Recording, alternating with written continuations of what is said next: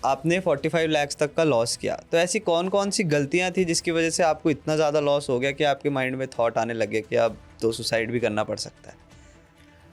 5 लाख रुपए का कैपिटल डाला, तुमको पता है 50,000 लॉस जैसी एम दिखाए कट, 4.5 लाख बचेगा तो तुम दूसरा रिस्क ले सकते हो, तीसरा ले सकते हो, तुम्हारी एक्यूरेसी काफ़ी अच्छी है। लेकिन एक ही ट्रेड के अंदर वो 50,000 के बजाय 1.5 चला गया, 1 चला गया, फिर आपका पूरा दिन खराब हो जाएगा। आज आपसे हम स्कैल्पिंग सीखते हैं, ठीक है? तो क्या स्कैल्पिंग से एक ट्रेडर प्रॉफिटेबल हो सकता है? ईयरली प्रोसेस में पूछ रहा हूँ मैं।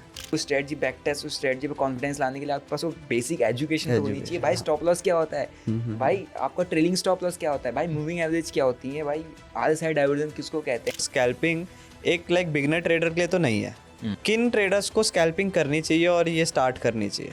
पहला तो मैं ये कहूँगा कि नहीं वर्ड तो मैंने बोलना बंद कर दिया है। कोई कहेगा भाई दिमाग खराब क्या होता है, आपके फैन है ये, हमारा कोई फैन नहीं होता है, ये होता है फॉलोअर होता है, हमसे कुछ चाहिए होता है, हमारा कोई फैन नहीं है। मुझे पता फैन वही कहेगा जो मेरे से सीख के मेरे से इंस्पायर होगा। जब मैं कहूँगा कि भाई मैं घनश्याम सर का बहुत बड़ा फैन हूँ, क्या बहुत बड़ा फैन हो? अरे स्कैल्पिंग के लिए कैपिटल मैटर करता है, लॉट क्वांटिटी ये सब मैटर, कैपिटल मैटर करता है। क्योंकि भाई कहीं पे 10 का प्रीमियम भी उठेगा, कहीं पे 100 का प्रीमियम भी उठेगा, बस कैपिटल कितना डाल दो। एक स्कैल्पर एक ऐसा इंसान है, ऐसा ट्रेडर है जो थीटा डीके को बीट कर सकता।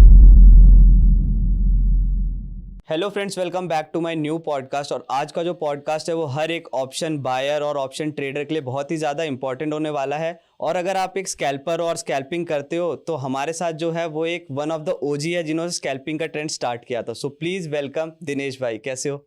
थैंक यू सो मच भाई, आपने मेरे को इन्वाइट किया और काफ़ी मज़ा आएगा मतलब आज के इस पॉडकास्ट में। तो आज आपसे हम जानेंगे कि स्कैल्पिंग कोई कैसे स्टार्ट कर सकता है और स्कैल्पिंग में क्या क्या रूल्स होते हैं जो फॉलो कर सकते हैं। तो उस पर जाने से पहले मैं थोड़ा आपके बारे में जानना चाहूँगा। जैसे आपकी जो जर्नी है, आपको मैं ना बहुत पहले से फॉलो करता हूँ। जैसे आपके 100K भी नहीं थे तब से मैं फॉलो करता हूँ, और आपने यूट्यूब स्टार्ट भी नहीं किया था। तो भाई मैं आपको ना ग्रो होते हुए देखा है। तो मैं आपसे सबसे पहले तो यही कहना चाहूँगा कि भाई आपने क्या फोड़ा है, उसके लिए तो भाई मज़ा आ गया भाई कि।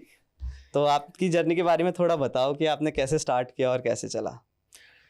सबसे पहले भाई थैंक यू, आप मेरे को इतना स्टार्टिंग से फॉलो करते हो। क्योंकि ट्रेडिंग कम्युनिटी में क्या होता है कि जितने भी लोग स्टार्टिंग से फॉलो करते हैं उसमें से कुछ ही लोग होते हैं टिक पाते हैं। क्योंकि एक ट्रेडर का जो एक आइडियल टाइम होता है 3 महीने से 6 महीना होता है, और अपन 2 साल से सोशल मीडिया पे हैं तो बहुत कम लोग मिलते हैं जो बहुत स्टार्टिंग से फॉलो करते हैं। बट जो स्टार्टिंग से फॉलो करते हैं वो जानते हैं कि हाँ कहाँ से जर्नी स्टार्ट हुआ है। सो आपने भी जर्नी देखी है तो होप्स हो कि आपको अपना पूरा जर्नी पता है।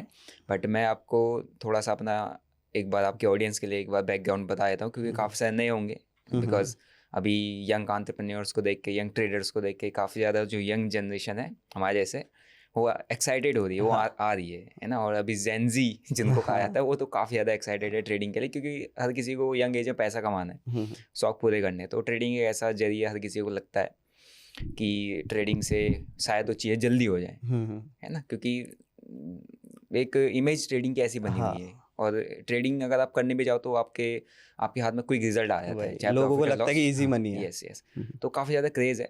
लेकिन उससे पहले अगर मेरे को देख के भी कोई इंस्पायर होता है तो उसको भी थोड़ा जर्नी पता होना चाहिए। तो मैं थोड़ा सा हाईलाइट्स जर्नी के दे देता हूँ। वैसे मेरी जर्नी सबको ही पता है, सबको पता है, क्योंकि इतनी वो मोटिवेशनल है तो सबको पता होनी ज़रूरी थी। बहुत अच्छी जर्नी है आपकी, to be honest. But still मैं थोड़ा सा हाईलाइट्स देता हूँ। मैं पहले मैं फौज में गया था, अपन उत्तराखंड से पहाड़ियों में, कुमाऊनी। तो हमारे उधर जो क्रेज़ होता है सिर्फ फौज का होता है। उसके बाद there is no other option कि आप कोई जॉब कर लोगे या कुछ कर लोगे वहाँ पे। या तो आप होटल मैनेजमेंट कर लो, या पहाड़ से उत्तराखंड से दिल्ली में आपको सब होटल लाइन में दिखेंगे, होटलों में आप काम कर लो, या आप फिटनेस अच्छी है, थोड़ा बहुत पढ़ना लिखना आता है, आप दौड़ पास करो और भर्ती हो जाओ फौज में।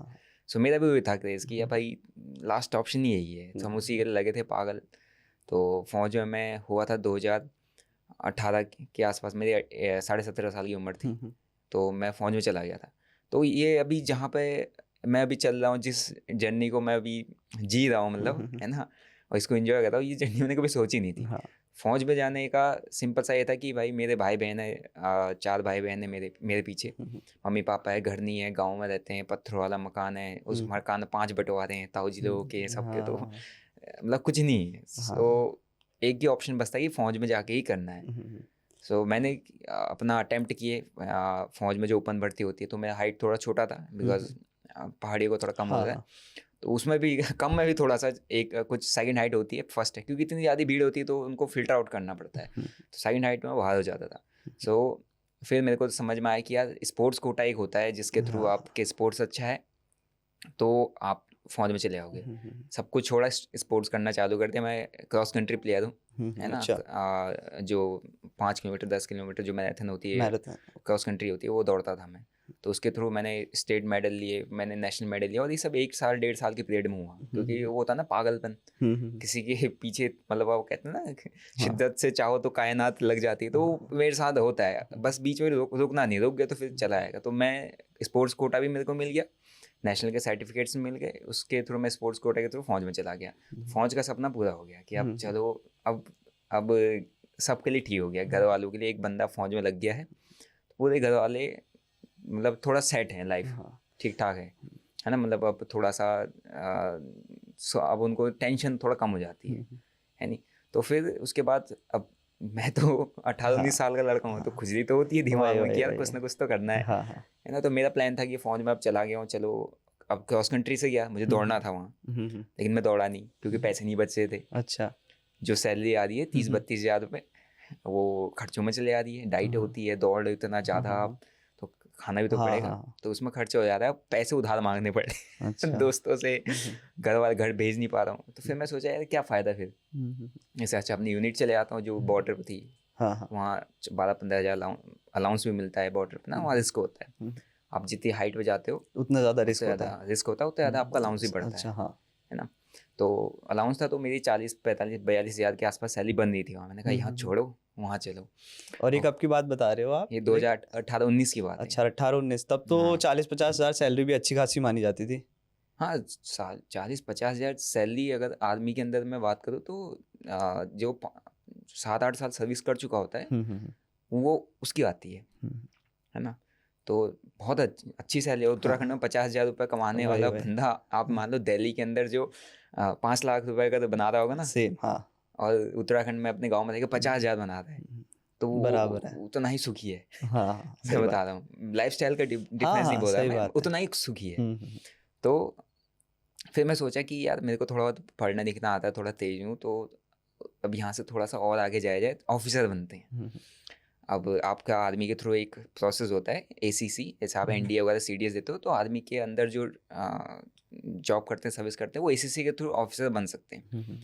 ठीक है, उसका एग्ज़ाम होता है। तो मैं उसके लिए प्रिपेयर कर रहा था, बट जब मैं यूनिट गया, जम्मू में यूनिट थी, तो मैं पेट्रोलिंग में गया, मतलब किसी उसमें गया, वहाँ का जो टास्क होता है उस दौरान मेरे साथ कुछ इंसिडेंट हुआ। तो मैं फिर मेडिकल कैटेगरी में आ गया। क्या मतलब, क्या इंसिडेंट हुआ?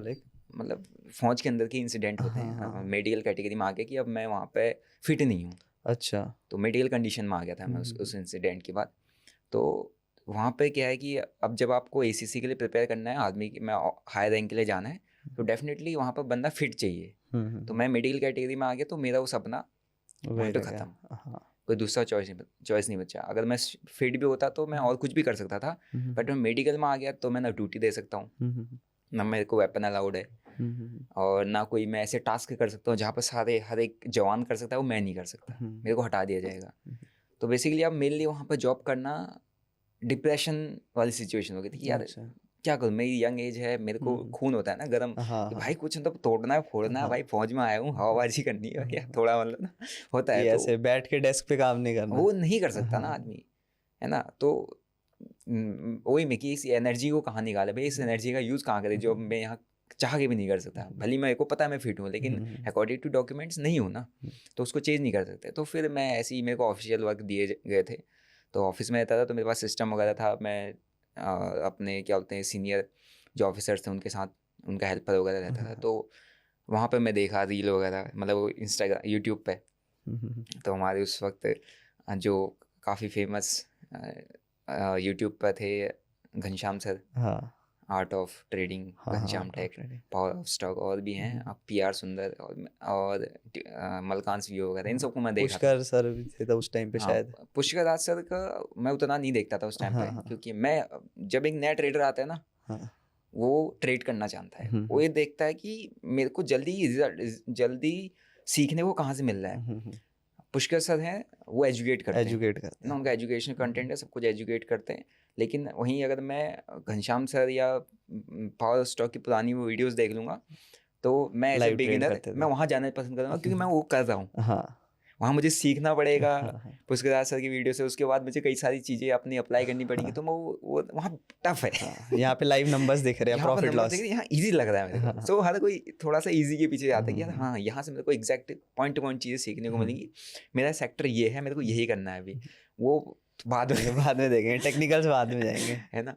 तो इसलिए मैं उनको देखता था, तो मुझे भी लगा कि यार 10-20 लाख रुपए दिन का कैसे बन रहा है ना। तो उस टाइम पे ज़ीरोधा का प्लेटफॉर्म हर कोई यूज़ करते थे। एंड क्योंकि ज़ीरोधा ने कभी मार्केटिंग किया नहीं, नहीं किया, नहीं किया। इसीलिए फेमस हुआ, हाँ। इसीलिए चला, क्योंकि हर कोई जहाँ दिखाता है प्रॉफिट लॉस स्टॉक मार्केट की बात आती है, तो ऐसे रिफ्रेशमेंट हाँ, ज़रूर। ज़ीरोधा का होता है। तो मैंने भी वहीं अकाउंट ओपन करके मैंने भी ट्रेडिंग करना चालू किया। एंड आई स्टार्टेड विद एक बर्गर किंग का IPO था, तो उसमें मेरा एक फ्रेंड था, मतलब मैं ऐसे थोड़ा देखता था, 1-2 दिन 1-2 रुपए से मैं छोटा मोटा करता था, लेकिन मेरा पहला प्रॉफिट हुआ था बर्गर किंग के IPO में। ये 2020 की बात है, दिसंबर 2020 की बात है। एंड ऑन दैट IPO मैंने 18,000 प्रॉफिट बनाया था। मैंने 80,000 रुपये के आसपास इन्वेस्ट किया था, वो भी मेरे दोस्त ने बताया। उसके बताने में मुझे कॉन्फिडेंस आ गया, है ना। अभी वो दोस्त मेरे टीम में एनालिस्ट है, मेरे साथी है। उस टाइम पे उसने बताया था कि हाँ बर्गर किंग का IPO आ रहा है, लगा दे। मैं उसको ऐसे ही फ़ोन किया था, भाई तू क्या करता है? कहता है यार कुछ नहीं, अभी थोड़ा बहुत स्टॉक मार्केट भी देख रहा हूँ। मैंने कहा मैं भी करता हूँ। 2 दिन बाद फ़ोन आया, कहता है सुन बर्गर किंग का IPO तगड़ा जाने वाला है, लगा दे। मैंने लगा दिया, 18,000 रुपये बन गए। मेरा दिमाग ख़राब। हाँ, अब तो यही करना है। मैं कहता भाई यार कुछ किक मिली ना, मतलब मज़ा आ गया। मैं जो चाह रहा था ज़िंदगी में, साला बैठ रहा हूँ, बोर हो रहा हूँ, कुछ नहीं है, तो वहाँ से मेरे को कुछ मिला। मैंने कहा चलो ICO करते हैं, है ना। तो 1 लाख रुपए के आसपास अकाउंट में हो गया, करना चालू किया ऑप्शन ट्रेडिंग, डूब गया, लॉस हो गया। है ना। फिर मैंने अब ऑप्शन ट्रेडिंग कैसे, मैं तो IPO में करता था, अब मैंने देखा कि ये सर लोग क्या करते हैं, ये बैंक निफ्टी, हाँ। CP करते हैं, तो मैंने वो करना चालू किया। अब मुझे नॉलेज तो है नहीं, तो बस वहाँ एक्सपायरी क्या होती है क्या नहीं होती है, थोड़ा बहुत प्रॉफिट हो रहा था, मज़ा आ रहा था, सोचा था डबल ट्रिपल हो जाएगा, क्योंकि पहले प्रीमियम को जाते हुए देखा था कि भैया जो 40-50 रुपये का प्रीमियम है, 300-400 जा रहा है, 10-20 रुपये का प्रीमियम 100 चला जाता है। तो मैंने कोई प्रीमियम अगर 20 रुपये का उठाया है, 25 जा रहा है, मेरे को पच नहीं रहा। लेकिन 25 बहुत होता है, 25% रिटर्न अभी मेरे लिए बहुत बड़ी बात है। लेकिन उस टाइम पे समझ नहीं आ रहा है, नहीं तो 20 का भी 100 जाएगा, वेट करूंगा। 30 चला गया, 40 चला गया, कोई दिक्कत नहीं, लेके बैठा फोन में, फोन को जेब में। जब खोल रहा हूँ तो जो 30-40 का था वो 3-4 रुपये मार्केट क्लोजिंग से पहले। तो ऐसे ऐसे करके मैंने ऑलमोस्ट गैम्बलिंग की स्टार्टिंग में। विदाउट नॉलेज आप काम कर रहे हो, कुछ भी काम कर रहे हो बिना सीखे, कहीं पे पैसा लगा रहे हो, आप बेसिकली आंख बंद करके जुआ खेल रहे हो। और ऑप्शन ट्रेडिंग स्टार्टिंग में ऐसे ही होता है, बिना सीखे समझे। तो मैं वही किया, एंड वो करते करते करते करते अराउंड 43 लाख के लॉसेस में मैं गया था, है ना। एंड 43 लाख के लॉस में आपका लोग कहेंगे यार 43 लाख कैसा आ गया, तुम तो फौज की सर्विस कर रहे थे। 43 लाख आया था मेरे लोन्स के थ्रू। मैंने फौजी आदमी होता तो 15 लाख तक की लिमिट बन जाती है उसकी पर्सनल लोन की। मैंने 7 लाख लिया, फिर 8 लाख लिया, मैंने 15 लाख का लोन कंज्यूम कर लिया।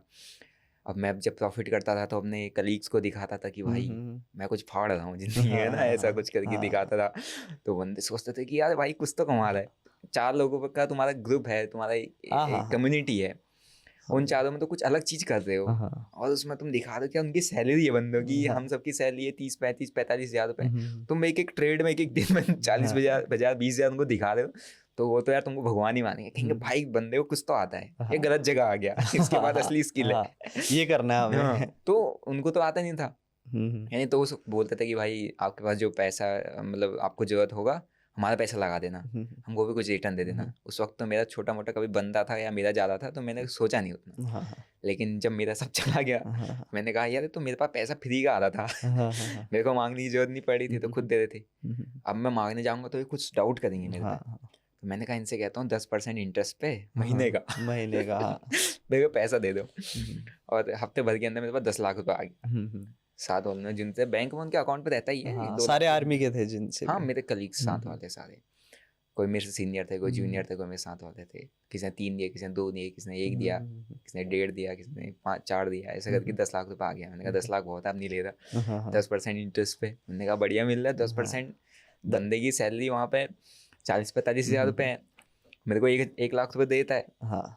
तो 10,000 तो मेरे से ही बनने उसके, हाँ तो 45 का 55 तो ऐसे ही आता है ना उसका। वही। तो वो सोचता नहीं बंदा। हाँ हाँ और जो डिफेंस में रहता है, फौज में रहता है, जिसका इतना बिजी शेड्यूल है, वो सब रिलेट कर पाएंगे। वो उनको सिविल लाइफ जो होती है ना, जो यहाँ पे जी रहे हैं, सिविल लाइफ है उनके लिए। वहाँ पे उनके लिए ड्यूटी वाली आर्मी वाली हाँ लाइफ है ना, उनके लिए सर्विस लाइफ है, सिविल लाइफ। उनको बहुत जमीन आसमान का फर्क है, बहुत उनको बहुत पता नहीं होता है कि रियलिटी क्या है, क्या बाहर चल रहा है, गेट क्या के बाहर चल क्या रहा है, चल रहा है, हाँ क्या हाँ नहीं चल। क्योंकि मैं आता था, अगर घर आता था मैं 1 महीने के लिए आऊँगा, मैं 11 महीने वहीं ड्यूटी पे रहूँगा। वही। तो वो जो कनेक्ट होता है ना, हाँ वो वो टूट बहुत। जाता है। इसलिए सबसे ज़्यादा बेवकूफ़ बना देते हैं डिफेंस सर्विस बंदे हो के, सबसे ज़्यादा स्कैम में फंसते हैं। हाँ और सबसे ज़्यादा अभी फ़िलहाल के टाइम पे लॉसेस वॉसेस भी करके बैठे हुए हैं, क्योंकि सब लोग FNO ऑप्शन ट्रेडिंग ये सब छुप छुप के करते हैं, तो है ना, तो उसी चक्कर में हाँ फंसे हुए हैं। क्योंकि ये वो होता है ना, कनेक्ट नहीं है। क्योंकि वहाँ पे इंटरनेट एक्सेस भी इतना नहीं होता, तुम्हारे पास टाइम भी इतना नहीं होता, तो जो देख इसीलिए रहा है उस पर बिलीव हो जाता है। तो वही चीज़ें हैं, वो तो मैं अभी बोल रहा हूँ, तो उस वक्त तो मैं भी यही मैं करता भी था।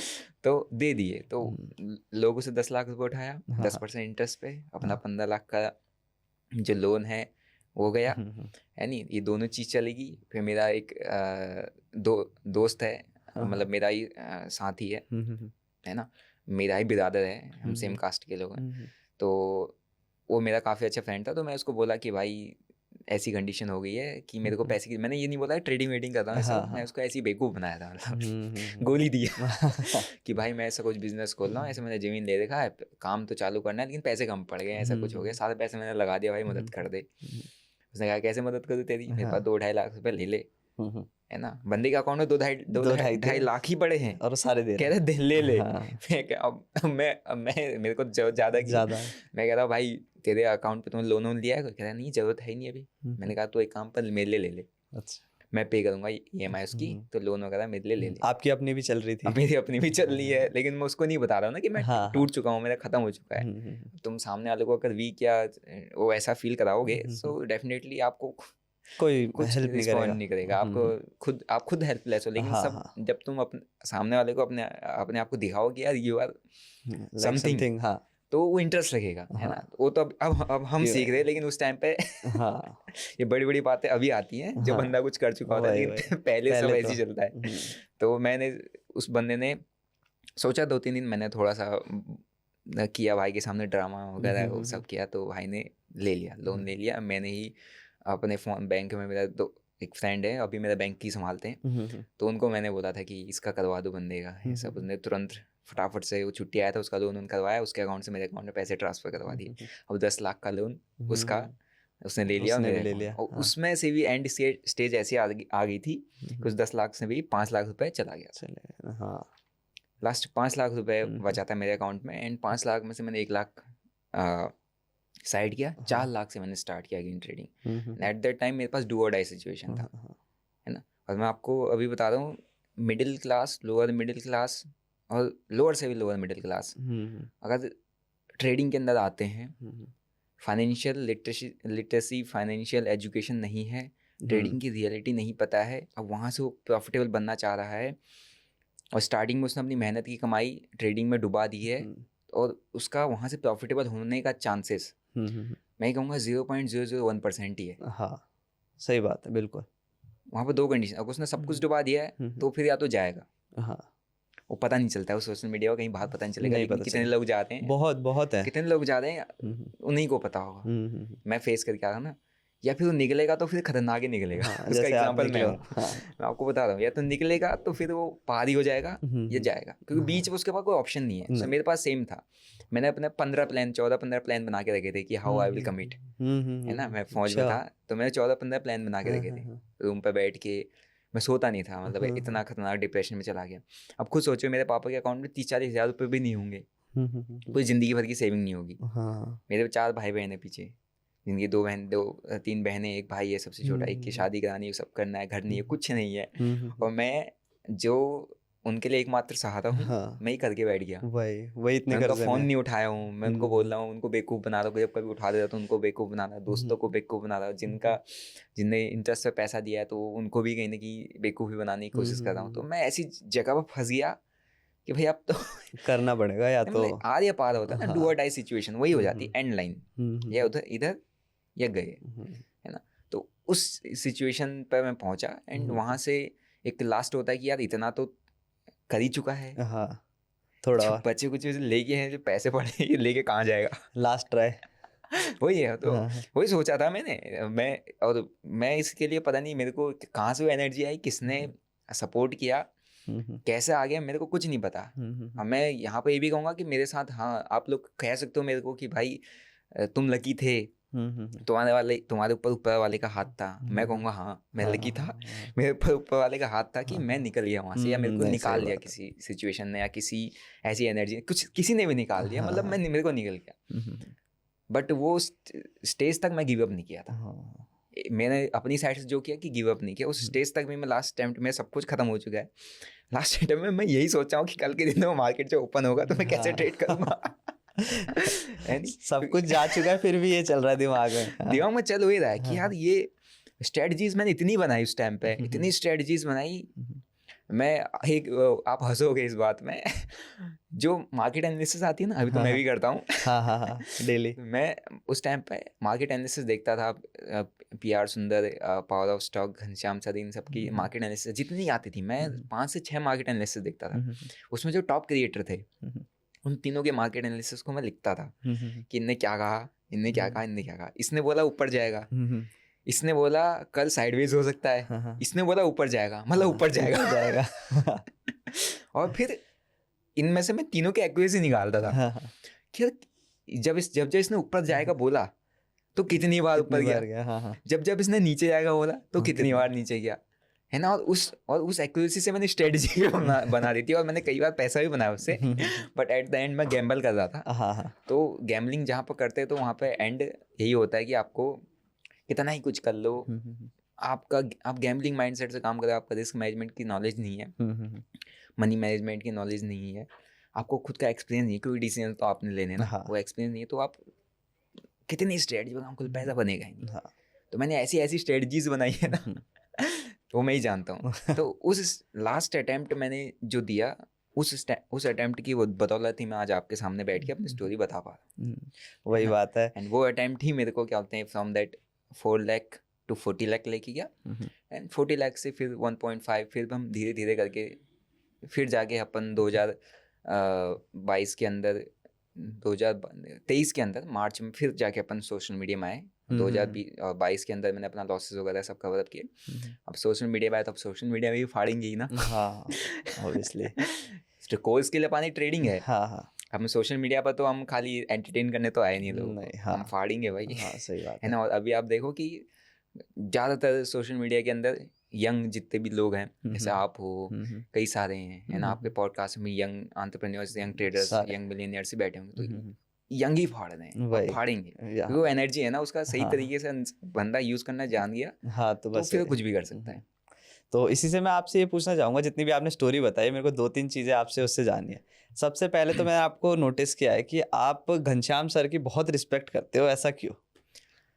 सर मेरे को फर्क नहीं पड़ता। मैं हाँ मेरे मुँह से वाला डायलॉग निकल रहा है हमारे छोटे बाबा जी वाला नहीं, मतलब सही बता रहा, मेरे को फर्क नहीं पड़ता कि भाई सोशल मीडिया में जो ट्रोलिंग वाली दुनिया है, जो उनके सामने क्या कहे। अगर मेरा शायद उनसे 1-on-1 मीटिंग कभी नहीं हुआ, वीडियो कॉल तो बहुत ज़्यादा बात हुआ है ना। बट कहीं ना कहीं उनकी ट्रेडिंग, वो क्या करते हैं क्या नहीं करते, मेरे को उससे कोई मतलब नहीं है। मुझे इससे मतलब था कि उस इंसान ने मेरे को पहली किक दी थी, पहला कुछ दिया था, मतलब उसको देख के मैं कुछ समझ में आया कि भाई मेरे को ये करना चाहिए। मैंने स्टार्ट किया था, उसको देख के मैं कूदा। मैं अपनी गलतियों से जहाँ गया अपनी गलतियों से गया, लेकिन मैंने उस इंसान को देखना नहीं छोड़ा था। जो बोलते थे, जैसे बोलते थे, प्योर देसी भाषा, ठेठ भाषा में वो सारी बातें करते हैं। थोड़ा सा आपको कट करना चाहूँगा, जैसे लोग समझते नहीं है। अब एक जगह धोनी है, अपने विराट हैं, वो भी तो हैं। अब उनको देख के कितने लोग शुरू करेंगे? अब हर कोई तो उनके लेवल पे पहुंचेगा नहीं ना। तो यहाँ पे भी वही बात है, बट लोग ये समझते नहीं है। तो मैं Ghanshyam sir, power of stock, और मैं तो हर जगह ओपनली जाके बात करता हूँ। फिर कोई ऐसा कहेगा कि यार ऐसे वो फेवर लेने के लिए ऐसा कुछ नहीं, ऐसा कुछ नहीं है।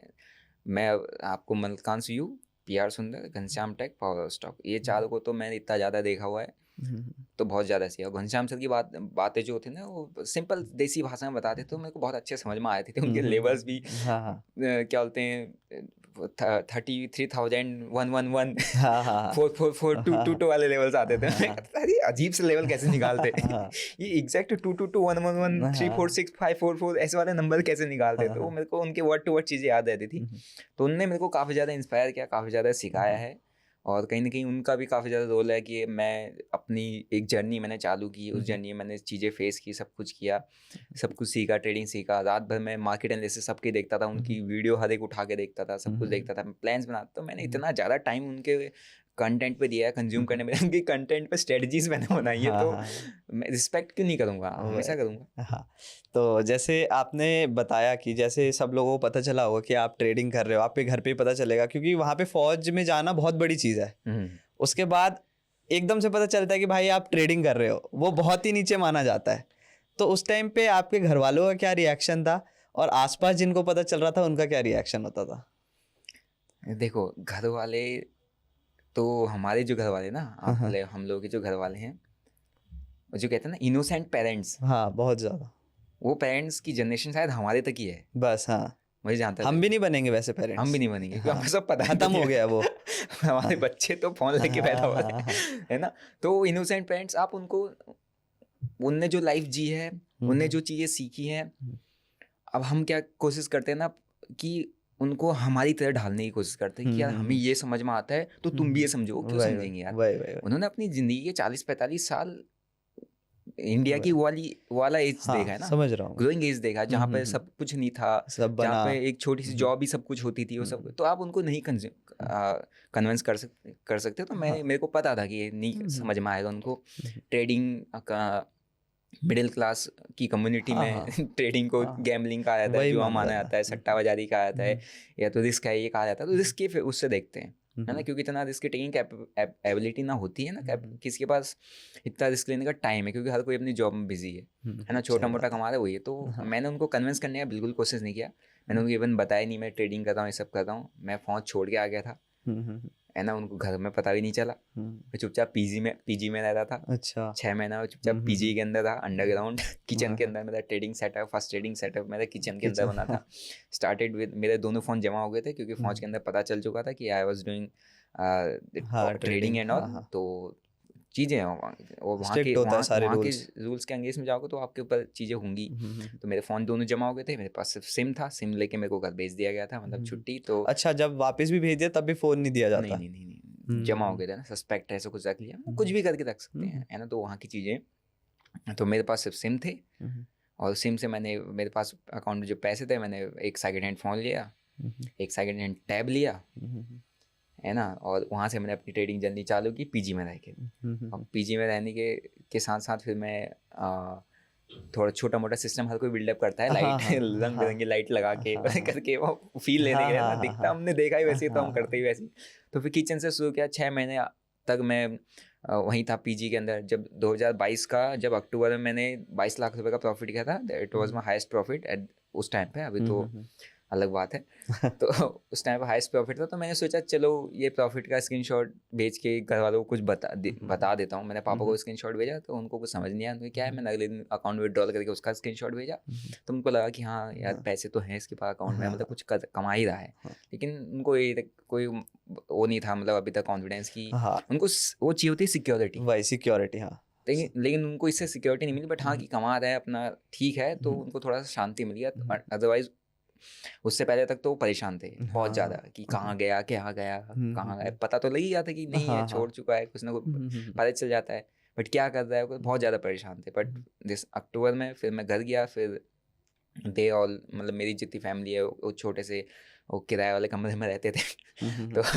तो फिर मैं गया, फिर मैंने सडनली जो पैसे थे अकाउंट में कमाए थे, 1-1.5 करोड़ कमाए, तो मैंने सोचा कि थोड़ा पूरा रिनोवेट किया। फिर मैं सब कुछ ही, मतलब सडन 1 महीने के अंदर उनकी लाइफ ही पूरी चेंज कर दी। तो जैसे आपका भी फेज आया होगा लॉस का, और आपको उस लॉस से वापस बाउंस करने में, सबका जितने पैसे लिए थे वो सब कुछ वापस करने में कितना टाइम लगा था? आपने कितने टाइम में ऐसे फ्लिप हो गया था? ये मैंने ऑलमोस्ट जो अपना लॉस कवर किया है जुलाई 2022 के बीच तक मैं अपना ही पूरा का पूरा लॉस कवर करके प्रॉफिट में आ चुका था। तो मतलब आप मान लो जून तक मैं मई के बीच तक आप कह सकते हो 2022 अप्रैल मई के बीच में मैं लॉसेस में ही चल रहा था। अप्स एंड डाउन चल रहे थे, है ना। थोड़ा कवर अप करना चालू किया था 2022 दिसंबर से, मैंने कवर अप करना चालू किया और 2022 दिसंबर के आसपास तक मैं जो अपना लॉस था उसका 50% कवर अप किया था। तो मैंने फौज उस टाइम पे छोड़ दिया था, है ना। लेकिन उसके बाद फिर जब छोड़ते हैं इंसान, उस टाइम पे तो मैं वहाँ पे पार्ट टाइम करता हूँ, लेकिन छोड़ने के बाद जब बंदा ट्रेडिंग फुल टाइम बैठ जाता है ना तो ज़्यादा लॉस और गड़बड़ी होती है। हाँ, और गड़बड़ी, और मैंने फेस किया। और उस टाइम पर बट इतना उस टाइम में मेरे को जब बड़े लॉसेस इतने बड़े लग नहीं रहे थे, मैं लॉस कर रहा था, मेरे को इतना लग नहीं रहा था क्योंकि मैं अपने आप को लॉसेस से एक बार निकाल चुका हूँ। तो मुझे कॉन्फिडेंस आ चुका था अंदर कि अब मैं कर सकता हूँ, अब हो जाएगा। अगर मैंने क्या बोलते हैं जो अपना स्टार्टिंग का लॉस है उसको 20 लाख कवर अप कर लिया है तो बचा कुचा 20 लाख भी कवर अप हो जाएगा, है ना, और आगे भी पैसा बन जाएगा। ठीक है, तो मेरा जो 20 लाख कवर अप हुआ था तो उसमें मैंने 8 लाख रुपए तो घर ही दे दिए थे शादी के लिए, बहन की शादी थी, है ना, गांव में, तो मैंने उधर ही दे दिया पैसा। अब 10-12 बजे इतना कॉन्फिडेंस है सब छोड़ चुका हूँ, कर चुका हूँ, पैसे देने भी है और जो पैसा बचा उसका भी आधा दे दिया तो कर लूंगा भाई। क्योंकि अब बंदे ने एक बार अपना वो स्टेज देख लिया ना, हाँ, बॉटम हिट कर लिया तो फिर तो क्या ही है, वही बात है। आपने काफ़ी सारी स्पिरिचुअल पॉडकास्ट भी लिए होंगे, तो उसमें भी कई सारी बात करते कि इंसान का एंड क्या है, उसको अगर उसको अपना एंड पता है ना क्या है, तो फिर उसकी मोह माया ये सब चीज़ें डर निकल जाता है, नहीं होता है ना, उसको डर खत्म हो जाता है। तो मैं अपना एंड, मैं अपने प्लानिंग लिखी हुई थी मैं ऐसे करूँगा कि ये तो है ही मेरे पास। हाँ, ये नहीं है। अब मैं प्लानिंग भी क्यों लिखी हुई थी पता है, कमिटमेंट की, क्योंकि मैं मेडिकल कैटेगरी में था और मेडिकल कैटेगरी में आप फौज के अंदर एक वर्ड होता है, मतलब आप शहीद होते हो। शहीद तब होते हो जब आप ऑन ड्यूटी हो, आपके पास वेपन हो, आप कुछ एक्ट कर रहे हो ड्यूटी वाला, है ना, जिसके अंदर आपको कुछ कैजुअलिटी हो जाती है, तो उस कैजुअलिटी में या तो मेडिकल कैटेगरी हो गई या अगर डेथ हो जाती है तो फिर आप शहीद कहलाओगे। लेकिन अगर मैं मेडिकल कैटेगरी में हो तो मेरे को अलाउड ही नहीं हो सब करना, तो मेरे पास तो वो वाला क्राइटेरिया खत्म हो गया। और तो मैं सेफ साइड में बैठा हूँ ना ऑलरेडी, मेरे को फौज ने सेफ साइड में रखा कि भाई ये सब इन चीज़ों के लिए फिट नहीं है। तो वहाँ पर मैं अपनी प्लानिंग कर रहा था कि मैं कैसे सोचो उस टाइम माइंड कैसे चल रहा था कि आप ये सब प्लान कर रहे थे। मैं बता रहा हूँ ना, लॉस वाली कंडीशन ऐसी कंडीशन होती है एक ट्रेडर की, जो एक बार वहाँ से निकल गया वो लाइफ में किसी फील्ड में, किसी सेक्टर में, कहीं पे भी कभी मार नहीं खा सकता, कभी भी मार नहीं खा सकता। जो इंसान ऑप्शन ट्रेडिंग करता है, ट्रेडिंग के अंदर अपने लॉसेस से एक बार निकल जाता है, किसी भी फील्ड में कह रहा हूँ, क्योंकि वो मेंटली और इमोशनली इतना स्ट्रांग बंदा बन जाता है, इतना स्ट्रांग बंदा बन जाता है कि आप उसको ब्रेक ही नहीं कर सकते, उसको एक बार उसको तोड़ नहीं सकता अगर एक बार वो निकल गया, है ना। तो वही चीज़ मेरे साथ थी। और मैं जब मेरे थे लॉसेस में था, मैं डिप्रेशन वाले फेज में था, मैं उसको डिप्रेशन तो मैं नहीं कहता था, लेकिन मैं पता है क्या करता था, मेरा जैसे मैं मैस में काम करता था, तो हमारे 200-220 लोगों का खाना बनता था, तो 1000-1500 हम रोटियाँ बनाते थे, हम 3 ही लोग होते थे मैस के अंदर। 3 टाइम का खाना बनाते थे, सुबह, दिन में, शाम का खाना बनाते थे। फिर मैं शाम को जिम करता था, है ना। वहाँ पे बॉर्डर एरिया होता है, वहाँ पे इतना कुछ ओपन नहीं होता, सब अंदर ही अंदर करना पड़ता है, क्योंकि बंकर वाली बिल्डिंग्स होती हैं इतनी मोटी मोटी, तो नेटवर्क भी अंदर नहीं आता है। मेरा फ़ोन बाहर रहता था, सॉक्स में एक फ़ोन, फिर दूसरे फ़ोन से मैं हॉटस्पॉट कनेक्ट करके काम करता था। तो वो सिचुएशन भी बहुत, मतलब कि समझ गया मैं, इतना इजी सिचुएशन नहीं था, बहुत टफ सिचुएशन थी कि बंदा वहाँ पर कर ले, बट मैं वहाँ पर कर रहा हूँ। और मेरा यह था कि अगर मेरे पास फ्री टाइम है तो या तो मैं उनकी वीडियोज़ देख के लिख रहा हूँ, कुछ कर रहा हूँ, या थोड़ा बहुत फ्री टाइम हो गया तो मैं जिम कर रहा हूँ। बिजी रखते थे आप। सो तब रहा हूँ जब मेरे को मेरी मतलब आंखें पलटती नहीं सोने के लिए ऐसे करके, पर चला पढ़ते ही नींद ही आ जाएगी वाला। और 2-3 घंटा 4 घंटा मुश्किल से 4 घंटा सो रहूँगा मैं, है ना, क्योंकि सुबह जल्दी भी उठना होता था। और मैं अगर अब ऐसा मैं इसलिए कर रहा हूँ ताकि मेरे पास फ्री टाइम ना हो, फ्री टाइम हो तो मेरे दिमाग में चलेगा, उल्टी चीज़ें चल रही है ना। तो उस टाइप का शायद उसको डिप्रेशन कहते हैं, लेकिन मेरे को वाली, बट आपने अच्छी तरह से उसको टैकल किया एक तरह से। मैंने उस वाली सिचुएशन मेरी चल रही थी उस टाइम पे, है ना। तो मैं वही कह रहा हूँ, अगर इंसान लॉसेस में है और लॉसेस से एक बार निकल गया, फिर वो कुछ भी कर सकता है यार। कर रहे हो आप। यही मैं आपसे अभी पूछना चाहूँगा, क्योंकि अभी जो हमारी जनरेशन और जितने भी लोग ट्रेडिंग में, बहुत सारे लोग बहुत अच्छे खासे लॉस में हैं, तो उस टाइम पे आप तो वहाँ से निकले हो, तो माइंडसेट क्या होना चाहिए और क्या चीज़ें फॉलो करनी चाहिए कि वो भी अपना लॉस कवर करने की तरफ बढ़ जाए? माइंडसेट यार देखो, अगर आप स्टार्ट कर रहे हो अभी और लॉसेस में होंगे, मैं लॉसेस वाले में से होंगे, उसमें भी 2 कैटेगरी होती है। पहला क्या है, लॉसेस में वो होंगे जो बिना सीखे समझे, बिना टाइम दिए स्टार्ट कर दिया और पहले 3 से 6 महीने के अंदर लॉस में चले गए, और अपनी लिमिट से ज़्यादा लॉस डुबा चुके हैं। सो उन लोगों के लिए मैं यही कह रहा, मैं डिमोटिवेट नहीं कर रहा, आपका निकल पाना टफ है, बहुत टफ है। मतलब अगर मैं कहूँगा 100 में से कितना % आप कहोगे ना, मैं कहूँगा 2%, अच्छा 1-2%, वो रियलिटी है। लेकिन कोई इंसान लॉसेस में है बट उसको हो चुका है 1 साल 1.5 साल, या वो अभी 2-3 महीना उसने स्टार्ट किया, अभी 2-3 महीना स्टार्टिंग के हो रहे हैं, उसके प्रॉफिटेबल होने के चांसेस बढ़ जाते हैं। अच्छा, ऐसा क्यों? दोनों में डिफरेंस क्यों?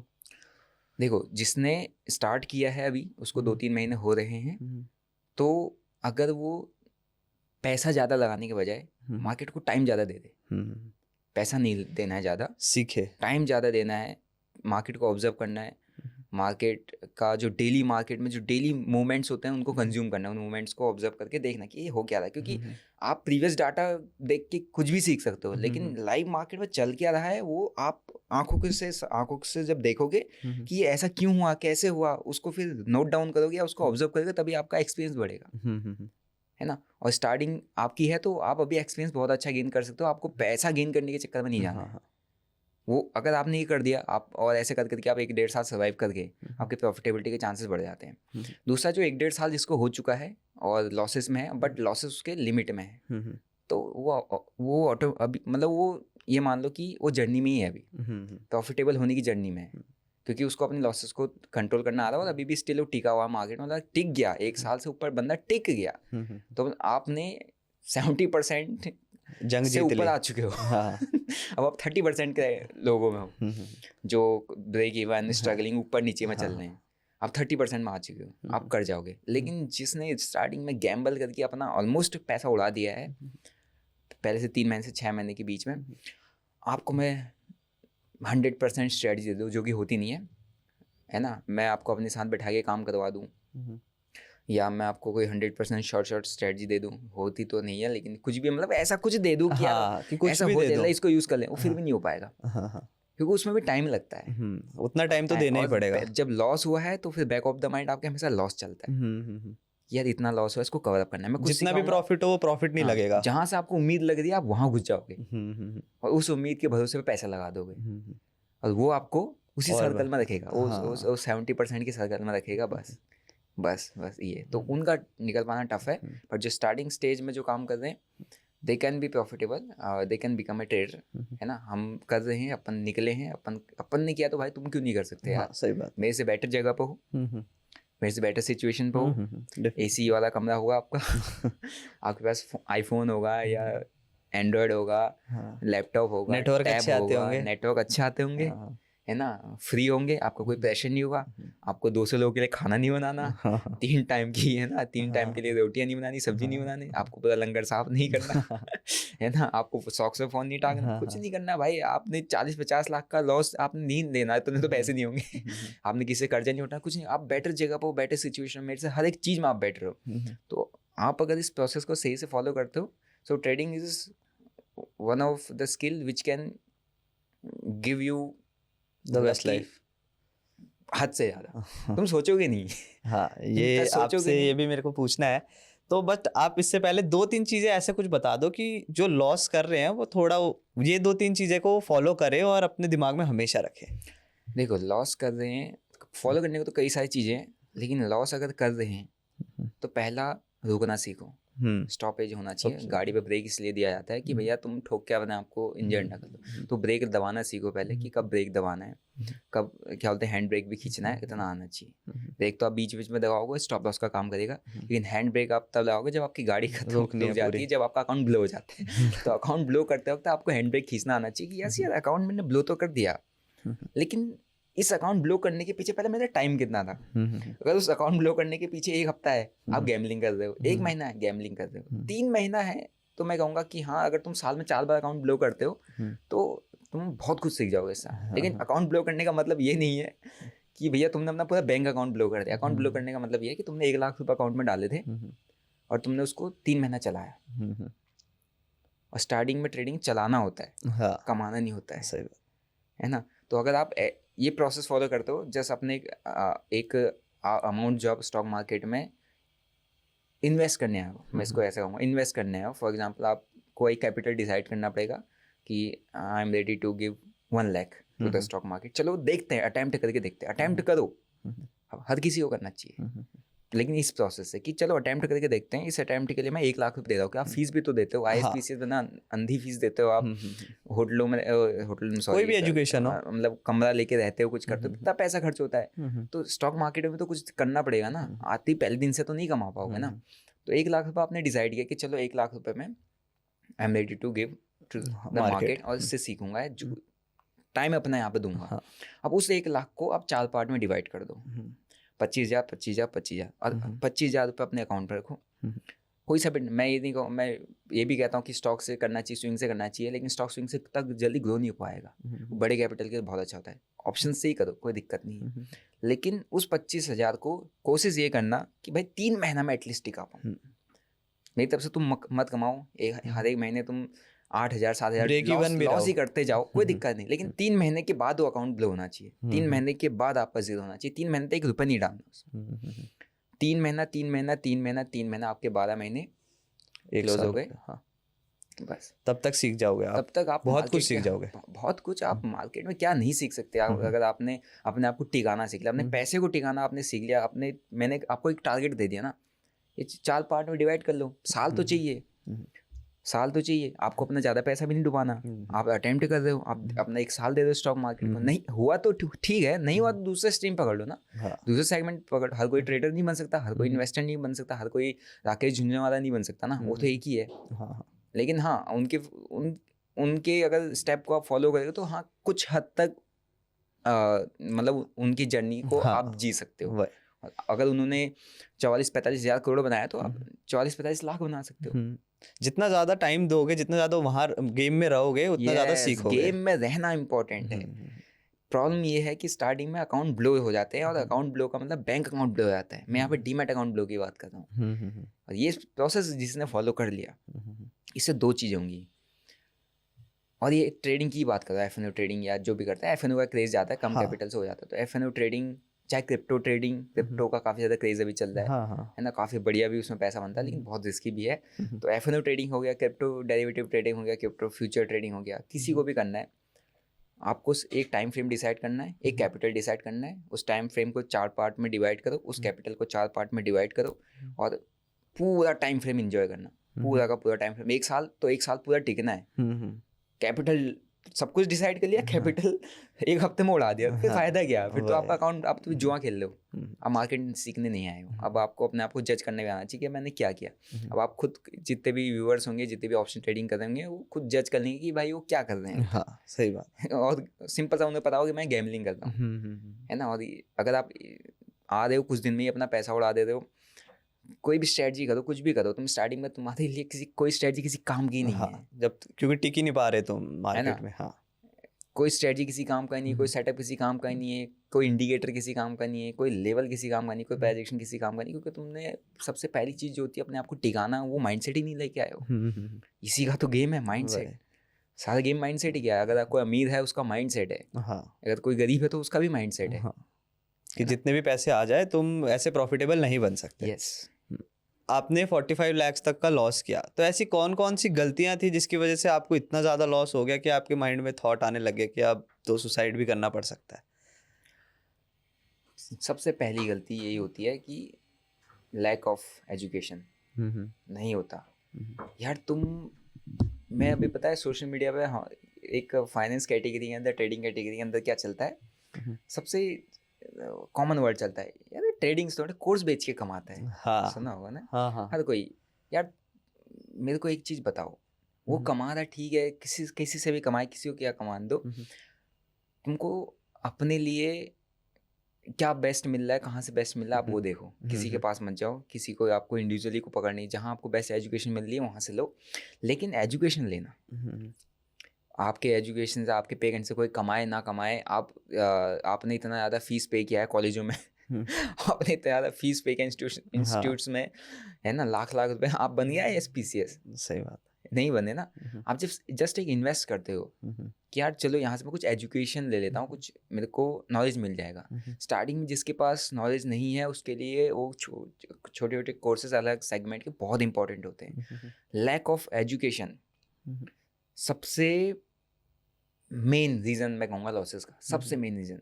क्योंकि अगर एक इंसान एजुकेटेड है ना, अब मैं आपको उसका एक एग्जांपल देता हूँ। जैसे मेरे पास, मैं डिफेंस बैकग्राउंड से हूँ, तो मेरे पास 2 तरीके के लोग मतलब मेरे को कांटेक्ट करते हैं डिफेंस से ही। पहला एक जवान, वो मेरे को तब कांटेक्ट करता है जब वो अपने लॉसेस कर चुका हो, तो बहुत ज़्यादा कर चुका है, मतलब ख़त्म कर चुका होता है सब। एक ऑफिसर, वो मेरे को तब कांटेक्ट करता है उसने लाख रुपए का लॉस कर लिया हो, एंड वो लाख रुपए का लॉस कर लेकर बहुत परेशान है। वो इतना ज़्यादा परेशान, मतलब उसके डाउट्स इतने होते हैं कि मैं यही कर रहा हूँ, मेरी स्ट्रेटजी है, इस स्ट्रेटजी को चेक करो, मेरा ये है, डाउट है, मेरे क्वेश्चन है, मेरी क्वेरीज है, मेरा ये है, मेरा वो है, मैंने ये सीखा, मैंने वो सीखा, ये सीखा। 3 महीने अच्छा वर्क किया, एक दिन में मेरे से हो गया, वो हो गया 1 लाख रुपए लॉस पे। एंड सेम जो 40 मतलब 10-15 लाख रुपए कॉमन डुबा देता है आदमी जिसकी सैलरी 30-35-40 हज़ार रुपए है, 10-15 लाख रुपए डुबा चुका है, वो बंदा सिर्फ इतना कह रहा है कि भाई लॉस कवर करवा दो। हाँ, कि मुझे प्रॉफिट नहीं चाहिए, मेरा जो है वो वापस करवा दो। वो उसका दिमाग पर लास्ट ऑप्शन नहीं बचा है, उसके पास ऑप्शन नहीं है ना कुछ और सीखने से। उसको मैं कहूँगा सीख जाइए ना, लॉस कवर करवा दे, कुछ हो सकता है तो बताओ ये। अब देखो ना, अब यहाँ पे डिफरेंस किस चीज़ का है दोनों के बीच में? एजुकेशन का डिफरेंस है। वो एक वेल एजुकेटेड बंदा है, क्वालिफाइड बंदा है, तभी वो जाके ऑफिसर बनना है। लेकिन ये मैं वैसे कैटेगराइज नहीं करता, पर मैं एक एजुकेशन का बात कर रहा हूँ कि इसके पास इंसान की, मैं अपना एक एग्जांपल दे देता हूँ कि मेरे पास कम एजुकेशन थी। मैं 12th पास आउट हूँ, 11th तक पढ़ा हूँ, 12th तो मैंने स्कूल गया नहीं, मैं प्राइवेट किया, तो मैं 12th पास हूँ। तो एजुकेशन नहीं है ना मेरा, क्वालिफिकेशन नहीं है, तो मेरा सोचने का, समझने का जो तरीका है, नज़रिया है, वो ऐसी होगा, अनएजुकेटेड।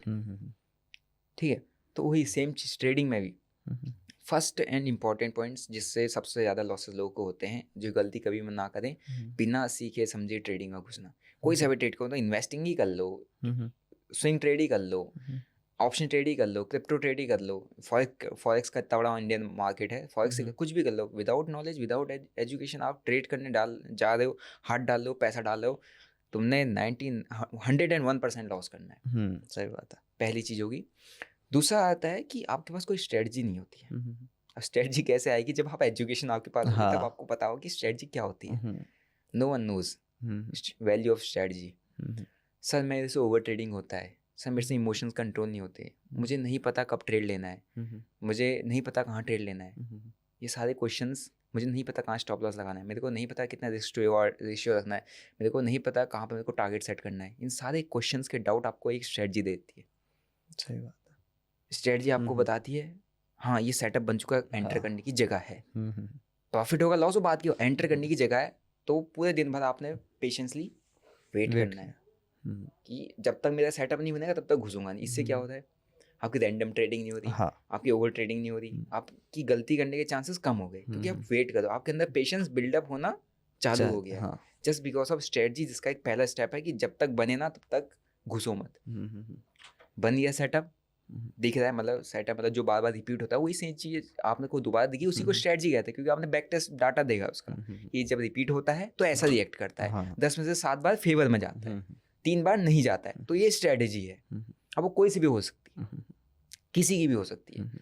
बना, आप पहला चीज़ आपका पेशेंस टेस्ट हो गया, आपकी एक स्ट्रेटजी में आप देखा, आपने एंटर कर लिया, चलो। अब दूसरा रूल क्या होता है कि इस स्ट्रेटजी में मार्केट कंडीशन होती है, साइडवेज, वॉलेटाइल, ट्रेंडिंग। कौन सी मार्केट कंडीशन है? साइडवेज मार्केट कंडीशन है। साइडवेज मार्केट कंडीशन के अकॉर्डिंग ये स्ट्रेटजी में रिस्क के अगेंस्ट में रिवॉर्ड हमेशा छोटा रखना होता है, क्योंकि मार्केट ज़्यादा बड़ा मूवमेंट नहीं देगा। तो कंडीशन क्या है? साइडवेज। चलो 1:1 पर काम करते हैं, सेटअप बना 1:1 तो मिल ही जाएगा। 1:1 का मतलब है जहाँ तुमने एंट्री ली, जितने का तुम टारगेट लगा रहे हो उतने का तुमको यहाँ पे स्टॉप लॉस लगा देना है, बस। अब तुमने स्टॉप लॉस पता है, एंट्री पता है, टारगेट लगा दिया, अब क्या काम है? अब स्ट्रेटजी तुमने देखा है, ऐसे ऐसा काम करता है, अब उसी देखे हुए डाटा के बेसिस पर आपके अंदर कॉन्फिडेंस आता है कि चलो घुस जाते हैं, देखा है, चलता है, 10 में से 7 बार चलता है, 3 बार फेल होता है, तो मतलब प्रोबेबिलिटी हाई है, उस प्रोबेबिलिटी पे आप बेट कर रहे हो, उस प्रोबेबिलिटी पे आप पैसा डाल रहे हो। चला, टारगेट आएगा, नहीं चला, वो लॉस जाएगा। अब लॉस आपका हो सकता है, आप वही सेम सेटअप पर 10 बार काम करोगे तो 7 बार टारगेट आएगा, 3 बार लॉस जाएगा। बस दैट सिंपल। ट्रेडिंग की सारी mistakes, common mistakes, emotion, psychology, ये हो गया वो हो गया, रोना धोना सब खत्म हो जाता है यहाँ पे। सही बात लेकिन है। वो स्ट्रेटजी बैक टेस्ट, उस स्ट्रेटजी पे कॉन्फिडेंस लाने के लिए आपके पास वो बेसिक एजुकेशन तो होनी चाहिए भाई। स्टॉप लॉस क्या होता है भाई, आपका ट्रेलिंग स्टॉप लॉस क्या होता है भाई, मूविंग एवरेज क्या होती है भाई, RSI डाइवर्जेंस किसको कहते हैं, है ना, ये ओपन इंटरेस्ट कैसे चेक करते हैं, और आपका मैक्स पेन क्या होता है, प्राइस एक्शन क्या होता है, स्मार्ट मनी कॉन्सेप्ट क्या होता है। यार ये तो बेसिक चीज़ें, ये बेसिक एजुकेशन ही अगर तुम्हारे पास नहीं है और तुम बिना सीखे कूद रहे हो, फिर कह रहे हो कि मैं प्रॉफिटेबल नहीं हो पा रहा हूँ, मेरे से पैसा नहीं बनता, ट्रेडिंग में पैसा ही नहीं बनता, 4 लोगों को और बता जाओगे। हाँ, क्यों? क्योंकि तुमने नहीं सीखा।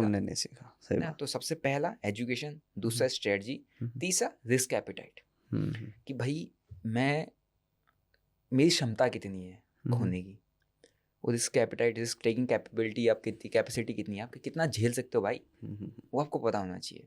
स्ट्रेटजी बहुत अच्छी होती है लोगों की, लेकिन रिस्क एपेटाइट नहीं पता होता है। बैक टू बैक स्ट्रेटजी पर ट्रेड्स मिलते हैं, तुम बैक टू बैक लिए जा रहे हो, कोई स्टॉपेज तो होगा, कोई बैरियर तो होगा जो तुम्हें रोकेगा, है ना, ब्रेक, पावर ब्रेक तो होगा ना, कि कहाँ पर रोकना है। Daily loss limit, per trade loss limit, per week loss limit, per month loss limit, वो कुछ तो होगी। आपकी स्ट्रेटजी, मार्केट कंडीशन चेंज हो गया, सेबी ने कई सारे रूल्स ला दिए, मार्केट जो बहुत स्मूथ चलता था बहुत वोलेटाइल हो गया, जो बहुत वोलेटाइल चलता था बहुत स्मूथ हो गया। आपकी स्ट्रेटजीज वोलेटाइल के अकॉर्डिंग बहुत अच्छा काम करती थी, लेकिन मार्केट कंडीशन चेंज हो गई, प्रीमियम नहीं चल रहे, वो नहीं हो रहा है, बैंक निफ्टी हट गया, वो हट गया, तो उसके अकॉर्डिंग आपको अपने आप को मॉडिफाई तो करते रहना पड़ेगा। अब सेम स्ट्रेटजी पर टिके रहोगे, तुमको लॉस पे लॉस दिए जा रहे हो, तुम किए जा रहे हो, वहाँ गलती होती है। और वहाँ पर कैसे रुकता है इंसान, जब उसको अपना रिस्क एपेटाइट पता हो, भाई मेरे को एक ट्रेड में 1000 रुपये का ही लॉस लेना है, और एक दिन में मैं सिर्फ 2000 लॉस झेल सकता हूँ भैया। 2 ट्रेड में ऐसा गया, सिस्टम बंद, खत्म, तुम्हारे रिस्क लिमिट खत्म। अब 2000 क्या है, तुम्हारा 2000 वो अमाउंट है जो तुम लॉस लेके सेटिस्फाइड हो, मतलब जो तुम लॉस लेके शांति से सो सकते हो, तुम्हारे दिमाग में खुजली नहीं होगी बार बार कि भाई अब क्रिप्टो कर ले, यहाँ तुम ये फॉरेक्स कर ले, ये चीज़ें नहीं होंगी उससे। 3 इंपॉर्टेंट, पहला बेसिक एजुकेशन। बेसिक एजुकेशन जितनी ज़्यादा ले सकते हो भाई लो। तुम मार्केट में यार तुमने 10-15 लाख डुबा दिए, मेरे पास मैं व्लॉगिंग करता था ना, तो मेरे पास लोग घर घर पहुंचते हैं, तभी मैंने बंद किया व्लॉगिंग। हाँ, देखा मैंने। अब मेरे पास लोग फोटो खिंचाने तो नहीं आएगा सीखने, मेरे पास मेरा दिमाग खराब करने के लिए आएगा। मैं ऐसा इसलिए या तो पैसे दे दो। कोई कहेगा भाई दिमाग खराब क्या होता है, आपके फैन है ये, हमारा कोई फैन नहीं होता है, हमसे सब सीखने, हमसे कुछ चाहिए होता है, फॉलोअर होता है, हमसे कुछ चाहिए होता है, हमारा कोई फैन नहीं है। पहले बताओ, फैन वही कहेगा जो मेरे से सीख के मेरे से इंस्पायर होगा। जब मैं कहूँगा कि भाई मैं घनश्याम सर का बहुत बड़ा फैन हूँ, बहुत कुछ उनसे सीखा है, मैं उनसे इंस्पायर हूँ, मेरे को उनका ट्रेडिंग स्टाइल का टी नहीं, मैं आपका बहुत बड़ा फैन हूँ। अरे तो ऐसा मैं कहूँगा। लेकिन हमारे जो फॉलोअर्स में वो हमारा फॉलोअर नहीं है, उसको हमसे फोटो नहीं चाहिए, उसको हमसे कुछ चाहिए, क्योंकि वो फाइनेंशियली इन्वॉल्व हो रहा है हमारे इन्फ्लुएंस से, हमारे को देख के कुछ ना कुछ करके। तो हमारा फैन नहीं है, तो हमसे उसको कुछ ना कुछ चाहिए होता है। और मैंने वही देखा है, मेरे पास आते हैं, मैंने 15 लाख डुबा दिया, मैंने 20 लाख डुबा दिया, मैंने 25 लाख डुबा दिया मेरे लोन में। मैं कहा भाई सीखा कितना, क्या सीखा भाई, सीखा तो क्या ही, यही कहते हैं मार्केट ही सब सिखाता है, तो सिखा दिया मार्केट ने, बैठो। अरे यार आपके पास 2 ऑप्शन है ना, या आप मार्केट के भरोसे रह के कर दो, हाँ, या तो जिसने पहले कर रखा उससे सीख लो, या आप अपनी स्ट्रेटजी, अपनी एजुकेशन, अपनी नॉलेज, अपनी सोच बूझ के भरोसे बैठो। मार्केट के भरोसे बैठोगे कभी पैसा नहीं मिलेगा। अपने भरोसे, अपने एजुकेशन, अपने सेटअप, अपनी स्ट्रेटजी, अपने कॉन्सेप्ट, अपने लॉस प्रॉफिट का जो कैलकुलेशन है, अपने माइंडसेट, अपनी इमोशन कंट्रोल, अपनी साइकोलॉजी, इसके भरोसे बैठोगे, तुम प्रॉफिटेबल बन जाओगे। क्योंकि कंट्रोल अब तुम्हारे पास है, मार्केट के पास नहीं है। जब तुम्हारा कंट्रोल मार्केट पे चला जाता है तब होती है इमोशनल ट्रेडिंग। और वहाँ आदमी, इमोशंस तो सबसे बड़ा दुश्मन है ना। तो फर्स्ट एजुकेशन, आपका रिस्क मैनेजमेंट का कॉन्सेप्ट, आपकी स्ट्रेटजी, और रिस्क टेकिंग एपेटाइट, आप रिस्क एपेटाइट कह सकते हो। ये 3-4 चीज़ें आपकी स्टार्टिंग में बहुत स्ट्रांग है, तो शायद ही कोई चीज़ आपको रोक पाएगी। हाँ, सही बात है। तो दिनेश भाई अब थोड़ा टेक्निकल पे चलते हैं। जैसे कि आप बहुत ज़्यादा एक्सपर्ट हो स्कैल्पिंग में, आपने एक ट्रेंड सेट किया था स्कैल्पिंग का, जितना मैं जानता हूँ और जितना मैं मार्केट में हूँ, क्योंकि मेरी जितनी नॉलेज है मैं उतना बता रहा हूँ, ऐसे बहुत लोगों को भी लगता होगा, सब एग्री करते होंगे। तो आज आपसे हम स्कैल्पिंग सीखते हैं, ठीक है। तो क्या स्कैल्पिंग से एक ट्रेडर प्रॉफिटेबल हो सकता है? ईयरली प्रोसेस में पूछ रहा हूँ मैं। अभी बताता हूँ मैं। पहली चीज़ आपको बताऊँ, मैंने ट्रेंड सेट नहीं किया, मैं आपको बताता हूँ किसने ट्रेंड सेट हाँ किया।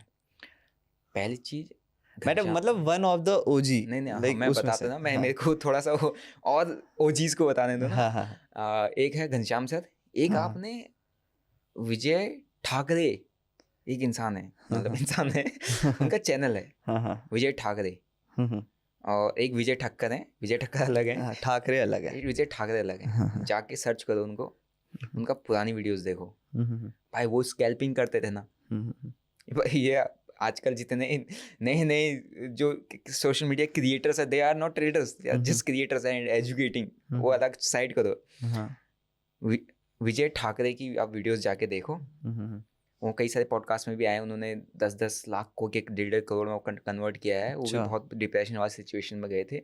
हम्म, तो उनकी जो स्कैल्पिंग लेवल ब्रेकडाउन होती, बंदा क्वांटिटी डाल रहा है, धाड़ धाड़ धाड़ धाड़ के नीचे प्रॉफिट बंदा बुक कर रहा, हाँ लेवल ब्रेकआउट, एक एक 1.5 घंटे की उनकी स्कैल्पिंग वीडियोस यूट्यूब पर पड़ी हुई हैं। अच्छा। सो वो थे स्कैल्पर, जिनको मैं काफ़ी अच्छा स्कैल्पिंग के लिए देखता था। बाकी घनश्याम सर भी स्कैल्पिंग ही करते थे, लेकिन मैं उनकी सिर्फ मार्केट एनालिसिस, मार्केट ऑब्जर्वेशन और नॉलेज के लिए उनको ऑब्जर्व किया था। उनका ट्रेडिंग स्टाइल मैंने ऐसे कॉपी नहीं किया, बट स्कैल्पिंग मैं उनसे सीखा। सो वो ओल्डेस्ट ओजी है ऐसे तो, और भी कई सारे होंगे बट जिनको मैं जानता हूँ, है ना। तो एक बार जो लोग स्कैल्पिंग करते हैं तो एक बार उनका वीडियो जरूर जाके देखना, ठीक है, क्योंकि मैंने उनसे काफ़ी कुछ सीखा हुआ है। सो स्कैल्पिंग से प्रॉफिटेबल हो पाना, देखो वैसे ठीक है, हो सकता है इंसान प्रॉफिटेबल हो सकता है, बट स्कैल्पिंग की एक गलती सबसे बड़ी क्या होती है ना, स्कैल्पिंग का, अगर आप किसी को देख के स्कैल्पिंग कर रहे हो कि यार ये तो स्कैल्पिंग करता है, स्कैल्पिंग से प्रॉफिटेबल हो गया, स्कैल्पिंग से किया जाता है, इसने 10 लाख रुपये मारे और 1 लाख रुपये प्रॉफिट बना दिया, तो मैं भी कर लेता हूँ, वो 10 लाख रुपये बियर कर सकता है। स्कैल्पिंग में जो कैपिटल यूज किया जाता है, उस बंदे की कैपेसिटी है उस पूरे के पूरे कैपिटल को ब्लो करने की। अगर मैं 10 लाख रुपए स्कैल्पिंग में यूज़ करता हूँ, तो मेरी कैपेसिटी है 10 लाख रुपए, अगर मेरा एक ट्रेड में चला जाएगा तो मैं रात को सो सकता हूँ शांति से, कोई दिक्कत नहीं है। लेकिन गलती कहाँ आ जाती है स्कैल्पिंग में, जब अपनी बियरिंग कैपेसिटी से इंसान ज़्यादा पैसा यूज़ कर देता है। लोग सोचते हैं, हाँ, लोग सोचते हैं कि 10 लाख यूज करूंगा लेकिन 50,000 ही लॉस करूंगा, उसके बाद निकल जाऊंगा, बट नहीं, स्कैल्पिंग में ये हो नहीं सकता। लेकिन स्कैल्पिंग का गलत गाइडेंस लोगों को क्या मिला है कि स्कैल्पिंग अगर करनी है तो आपको बड़ा कैपिटल चाहिए। और लोग क्या कहते हैं कि जो 1,000 जो 10,000 से काम करने वाला ट्रेडर है, उसके बैंक में 1 लाख पड़ेंगे, वो 1 लाख लेके स्कैल्पिंग कर देगा। नहीं, आप 10,000 से स्कैल्पिंग करने चाहिए। आपकी जो ब्रीदिंग कैपेसिटी है, झेलने की क्षमता 10,000 तक ही है। तुमने 1 लाख रुपए डाल दिया, तुम स्कैल्पिंग से प्रॉफिटेबल ही नहीं हो सकते। क्योंकि मुझे पता है ना, मैं 6-6 महीने तक नॉन स्टॉप प्रॉफिटेबल हूँ।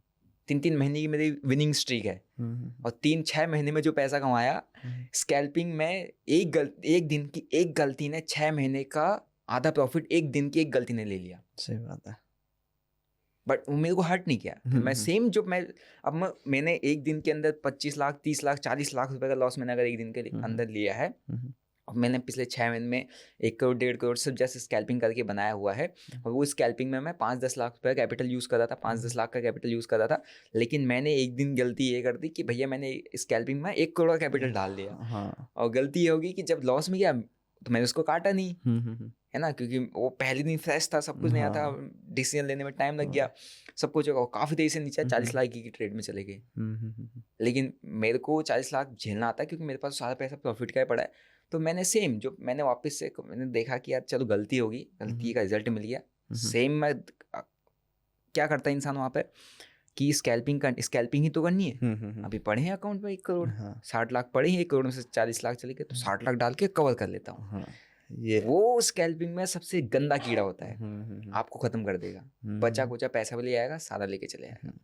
वो नहीं करना है ना। मैं क्या मेरे को बड़े डेंट पड़े, मैं क्या किया, जो मैं सेम प्रोसेस फॉलो कर रहा था जिससे मैं वहाँ तक पहुँचा, वही सेम नेक्स्ट डे से सेम प्रोसेस फॉलो, स्मूथली बन गया पैसा, स्मूथली निकल गया पैसा, बना के लॉस कवर अप हो गई। बट स्कैल्पिंग से पैसा बनता है, बट ये है कि आपको स्कैल्पिंग में पैसा उतना ही यूज़ करना है जितना पूरा लूज़ कर सकते हो। आपकी कैपेसिटी है भाई, मैं 1 लाख का लॉस एक ट्रेड में उठा सकता हूँ, एक दिन में उठा सकता हूँ, मेरे को कोई दिक्कत नहीं है, इतना मैं बियर कर लूँगा। 1 लाख से स्कैल्प करो, तुम 1 लाख को 2, 3, 4, 5 आराम से बना के ले जाओगे। तो ये तो आपने बताया कि हाँ स्कैल्पिंग से पैसे बन सकते हैं, तो मैं आपसे ये जानना चाहूँगा, स्कैल्पिंग एक लाइक बिगिनर ट्रेडर के लिए तो नहीं है, किन ट्रेडर्स को स्कैल्पिंग करनी चाहिए और ये स्टार्ट करनी चाहिए? पहला तो मैं ये कहूँगा कि नहीं वर्ड तो मैंने बोलना बंद कर दिया है कि बिगिनर को नहीं करना चाहिए, उसको नहीं करना चाहिए। नेगेटिविटी तो अब बोलनी नहीं है भाई। मैं सही बता रहा हूँ कि तुम ऑप्शन ट्रेडिंग से मत करो। इंसान क्या सोचता है ना, अपना तो ये खुद कर रहा है, हमको नहीं बोल रहा है। हमको बोल रहा है स्विंग करो, स्टॉक करो, बेकार है, इसको नहीं सुनना है, करो भाई तुम।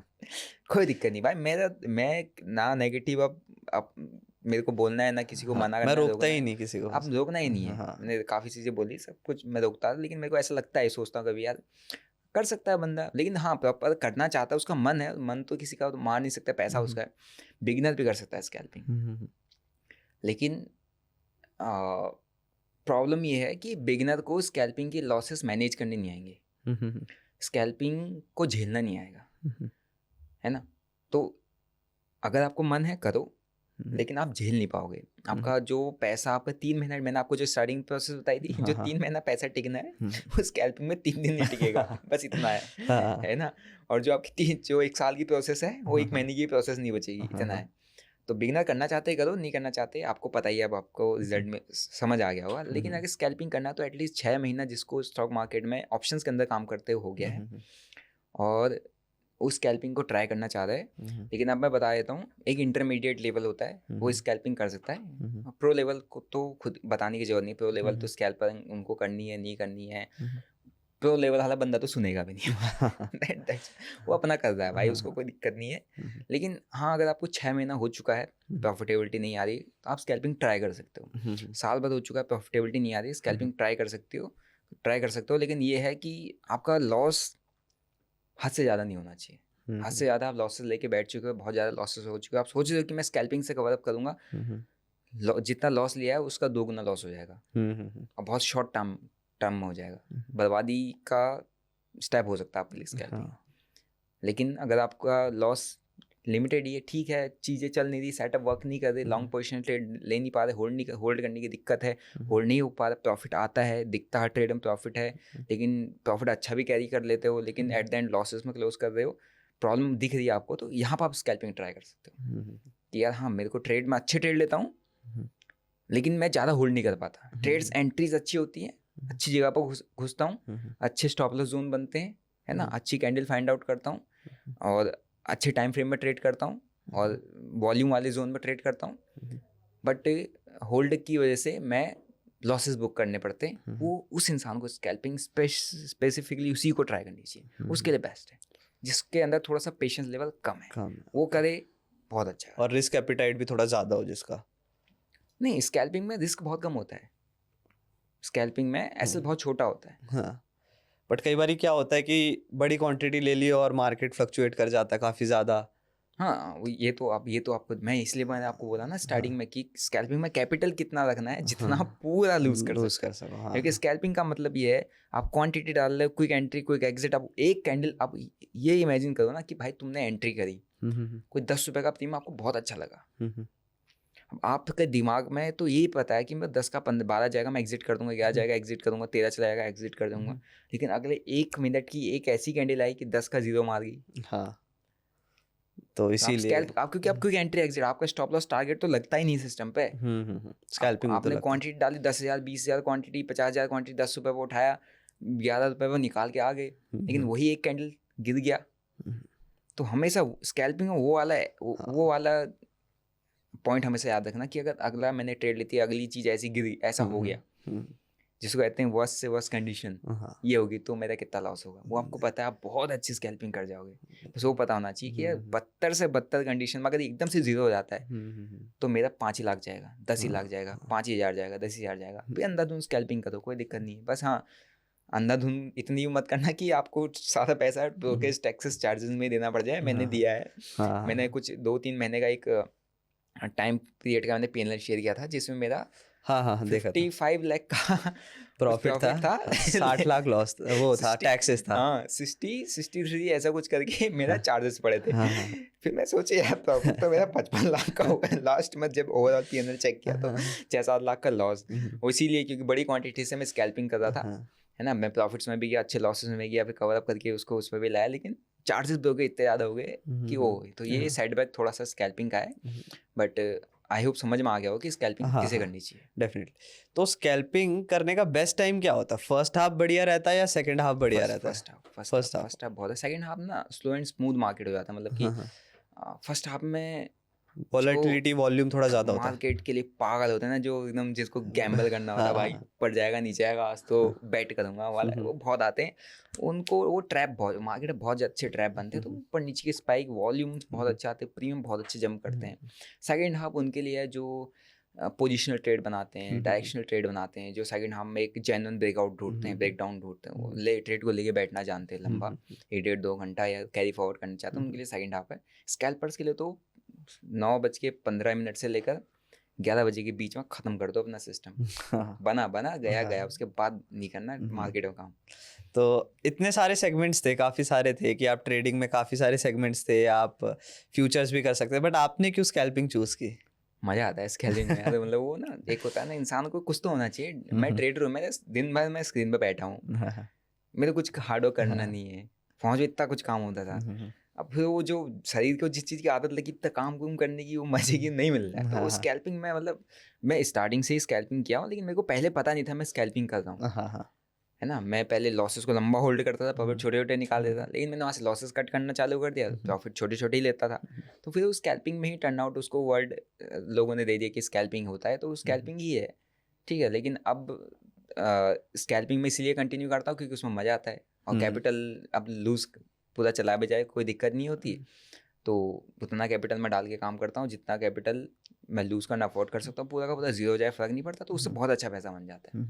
मतलब ये है कि एक्यूरेसी इतनी अच्छी है स्कैल्पिंग, अगर मैं करूँगा तो आप कह सकते हैं 90-95% एक्यूरेसी निकल जाती है स्कैल्पिंग में। दिक्कत तभी आती है जब ओवर ट्रेड करते हैं या तो कुछ ज़्यादा ट्रेड लगाते हैं। अब तो ओवर ट्रेडिंग की जरूरत ही नहीं पड़ती ना। ओवर ट्रेड इंसान कब करता है, उसको नीड होती है, या उसको लॉसेस हो रहे हैं, हाँ, या उसको क्या बोलते हैं पैसा पैसे मांगा हुआ कमाना है, है, कुछ हाँ, हुआ है, हाँ। कहीं देना है, कमाना ही कमाना है। जब नीड है तो फिर बंदा ओवर ट्रेडिंग करे, क्योंकि इमोशंस है ना पीछे से। यहाँ ट्रेडिंग पीछे से इमोशंस हल्के से जुड़ गए तो फिर वो ट्रेडिंग कहीं और जाती है। हाँ, सही बात। है ना, तो नीड है तो फिर ओवर ट्रेडिंग ही करेगा इमोशंस में। तो जैसे एक इंटरमीडिएट ट्रेडर होता है जो ट्रेडिंग कर रहा है 1-1.5 साल से कर रहा है और वो मार्केट में ही है, उसको स्कैल्पिंग करनी है, तो उसके लिए एक लाइक फंड कितना होना चाहिए मिनिमम जिससे वो कर सके? उसके पास पैसों की ऐसी दिक्कत नहीं है बट वो स्कैल्पिंग स्टार्ट कर रहा है, थोड़े वो रिस्क ले सकता है, तो कितना फंड से स्टार्ट कर सकता है और कितने एवरेज लॉट से उसको करना चाहिए? या लॉट साइज तो ये सेलर्स की भाषा है, लॉट साइज कितना शॉर्ट करना है। देखो आप 10 रुपये का प्रीमियम है कहीं पे 100 रुपये का प्रीमियम है, अब ले एक लॉट दोनों जगह उठाओगे तो प्राइस बहुत ज़्यादा डिफरेंस है ना। तो मैं अगर कहूँगा एक लॉट से काम करो तो बंदा 100,000 रुपये का लॉट उठा देगा या 10 रुपये लॉट पे नहीं। आपको स्कैल्पिंग के लिए कैपिटल मैटर करता है, लॉट क्वांटिटी ये सब मैटर, कैपिटल मैटर करता है। क्योंकि भाई कहीं पे 10 का प्रीमियम भी उठेगा, कहीं पे 100 का प्रीमियम भी उठेगा, बस कैपिटल कितना डाल दो। 10 रुपये में 25,000 डालना है तो 1 लाख में 100 रुपये का प्रीमियम में भी 25,000 रुपये डालना है। एंड आइडियल कैपिटल अगर मैं कहूँगा अभी के मार्केट में, तो जैसा आपका लॉट साइज इंक्रीज हो गया है और एक्सपायरीज कम हो गई हैं, तो मेरे को तो जहाँ तक समझ में आता है 50,000 का एक आइडियल कैपिटल होना चाहिए आपके पास। अगर आप दिन का 1,000, 2,000, 5,000, 5,000 तक 10,000 तक बनाना चाहते हो, 1,000 रुपये, जिसमें आपका अगर आप 5,000 की डिमांड कर रहे हो मार्केट से कि मैं 5,000 रुपये तक बनाऊँ, तो 2,500 से ऊपर आपका लॉस जाना नहीं चाहिए। अगर आप 10,000 सोचो तो 5,000 से ऊपर लॉस जाना नहीं चाहिए, लेकिन 50,000 एक आइडियल कैपिटल है। तो ऐसे ही एक जो स्कैल्पर होता है उसको किसी भी ट्रेड में एंटर करने से पहले क्या क्या चीज़ें उसके चार्ट पे होनी चाहिए और क्या क्या चीज़ें उसको देखनी चाहिए किसी भी एक ट्रेड में एंटर करने से पहले स्कैल्पिंग में? पहला चीज़ उसको ये देखना है कि उसका कैपिटल कितना यूज़ होगा, उस ट्रेड में कैपिटल कितना डालने वाला है। चार्ट में एंटर करने से पहले calculation back of the mind होती है कि मैं चलो 5 लाख रुपये इस ट्रेड में डाल रहा हूँ और इस ट्रेड से मेरे को 50,000 चाहिए, ठीक है। मेरे को लग रहा है यहाँ से एक अच्छा खासा अपसाइड मोमेंटम आएगा, 10-20% का प्रीमियम जंप कर सकता है, 5 लाख डालना तो 1 लाख मेरा बन सकता है। लेकिन एट एनी केस अगर ये नीचे आता है तो कितने लॉस में निकलना है, प्रीमियम कहाँ चल रहा है क्या चल रहा है वो नहीं देखना है, चार्ट कहाँ चल रहा है क्या चल रहा है वो नहीं देखना है। तुम स्कैल्पर हो, तुम वही पोजिशनल डायरेक्शनल नहीं बनोगे। लोग क्या करते हैं एंट्री करने के बाद फिर चार्ट ऊपर नीचे चलने लगा था, साइडवेज रेंज में हो जाता है या लॉस में देने लग जाता है, तो फिर पोजिशनल बन जाते हैं। नहीं अब इसके नीचे स्टॉप लॉस रख लेता हूँ, नहीं अब यहाँ रख लेता हूँ। अरे नहीं, तुम स्कैल्पर हो भाई, तुम्हारा नेचर स्कैल्प, तुम कोर नेचर भूल गए अपना, क्या करने के लिए घुसे थे। तुमने 5 लाख रुपए का कैपिटल डाला, तुमको पता है 50,000 लॉस जैसे ही M2M दिखाया कट, 4.5 लाख रुपये बचेगा, तो तुम दूसरा रिस्क ले सकते हो, तीसरा ले सकते हो, तुम्हारी एक्यूरेसी काफ़ी अच्छी है। लेकिन एक ही ट्रेड के अंदर वो 50,000 के बजाय 1.5 चला गया, 1 चला गया, फिर आपका पूरा दिन खराब हो जाएगा। फिर आप पूरा दिन बहुत मतलब कि वर्स्ट सिचुएशन में जा सकते हो, पूरा कैपिटल भी वाइप आउट हो सकता है, क्योंकि फिर वो ट्रिगर कर देगा, क्योंकि आपने उतना लेने के लिए आप रेडी नहीं थे। 1 लाख रुपए का लॉस है ना, आपने बैक ऑफ द माइंड 50,000 सोचा है, तो स्कैल्पिंग के अंदर सिर्फ अपना पैसा में कितना, कहाँ पर लॉस काटूंगा, कहाँ पर मैं कितने में प्रॉफिट बुक करूँगा, प्रॉफिट से ज़्यादा लॉस पर फोकस करना पड़ता है स्कैल्पिंग के अंदर।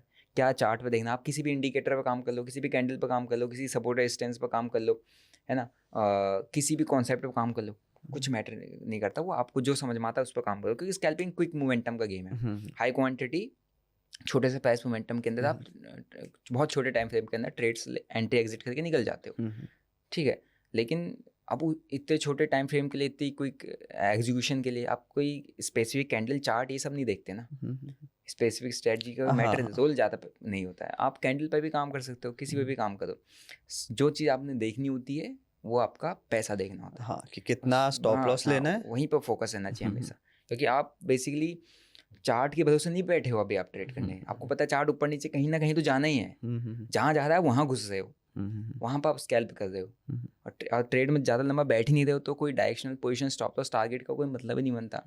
बस क्वांटिटी और कैपिटल कितना है, कितने लॉस होगा तो काट दूंगा, प्रॉफिट कितना भी हो सकता है, प्रॉफिट पर डिफाइन नहीं होता। अगर आपको ये लग रहा है, आपने सोचा था कि 50,000 का प्रॉफिट मैं काट दूंगा, फ्लो में चला गया, जा रहा है 60, 70, 75, लेना पड़ेगा, होल्ड करना पड़ेगा। 1, 2 डबल भी हो जाते हैं, ट्रिपल भी हो जाता है फ्लो में कैंडल, वो आपको कितना ही मिल सकता है। लेकिन आपने एंट्री किया, आपको फिर 10, 15, 20,000 वहीं भी रुका पड़ा है, काटना पड़ सकता है ट्रेड। प्रॉफिट का कोई फिक्स टारगेट नहीं होता स्कैल्पिंग में, लेकिन लॉस का हमेशा फिक्स होता है कि इतने लॉस पे मैं ट्रेड कट कर दूंगा, इससे ज़्यादा मेरा एक ट्रेड का लॉस लेने का कोई मतलब ही नहीं बनता। सिर्फ ये होता है स्कैल्पिंग। सो जैसे स्कैल्पिंग के लिए हमारे एक्सपायरी डेज बेटर होते हैं या जो नॉर्मल डेज होते हैं वो ज़्यादा बेटर होते हैं? मेरे को पर्सनली एक्सपायरी डेज काफ़ी अच्छे लगते हैं, क्योंकि एक्सपायरी डेज के अंदर काफ़ी अच्छा मोमेंटम मिल जाता है, गामा ग्लास वगैरह प्रीमियम बढ़ जाता है। हाँ, बढ़िया। वो तो गामा ग्लास तो 0 वालों के लिए ठीक है, लेकिन आपको चलते प्रीमियम मिलेंगे। आपका प्रीमियम मतलब ऊपर नीचे, अब थीटा डीके भी होता है, एक्सपायरी दिन साइडवेज भी हो जाता है, तो उसमें मार भी खाता है, लेकिन साइडवेज मार्केट में भी स्कैल्प पर पैसा बना लेता है, क्योंकि ज़्यादा उसको खेलना नहीं है, ज़्यादा लंबा उसने टिकना, ज़्यादा होल्ड करना नहीं है। तो एक स्कैल्पर एक ऐसा इंसान है, ऐसा ट्रेडर है जो थीटा डीके को बीट कर सकता है। सही बात है, क्योंकि उसको होल्ड ही नहीं करना ना, ज़्यादा होल्ड करना ही नहीं है, उसका गेम ही बहुत छोटा सा है। तो आपने एक चीज़ भी बताई, जैसे अभी की प्रॉफिट कभी अटक रहा होता है तो काटना चाहिए, ये चीज़ लोग समझते नहीं है, ये मेरे को बहुत अच्छा है। टाइम आपके पास एक टाइम स्टॉप लॉस होता है, स्कैल्पर के पास एक टाइम स्टॉप लॉस है।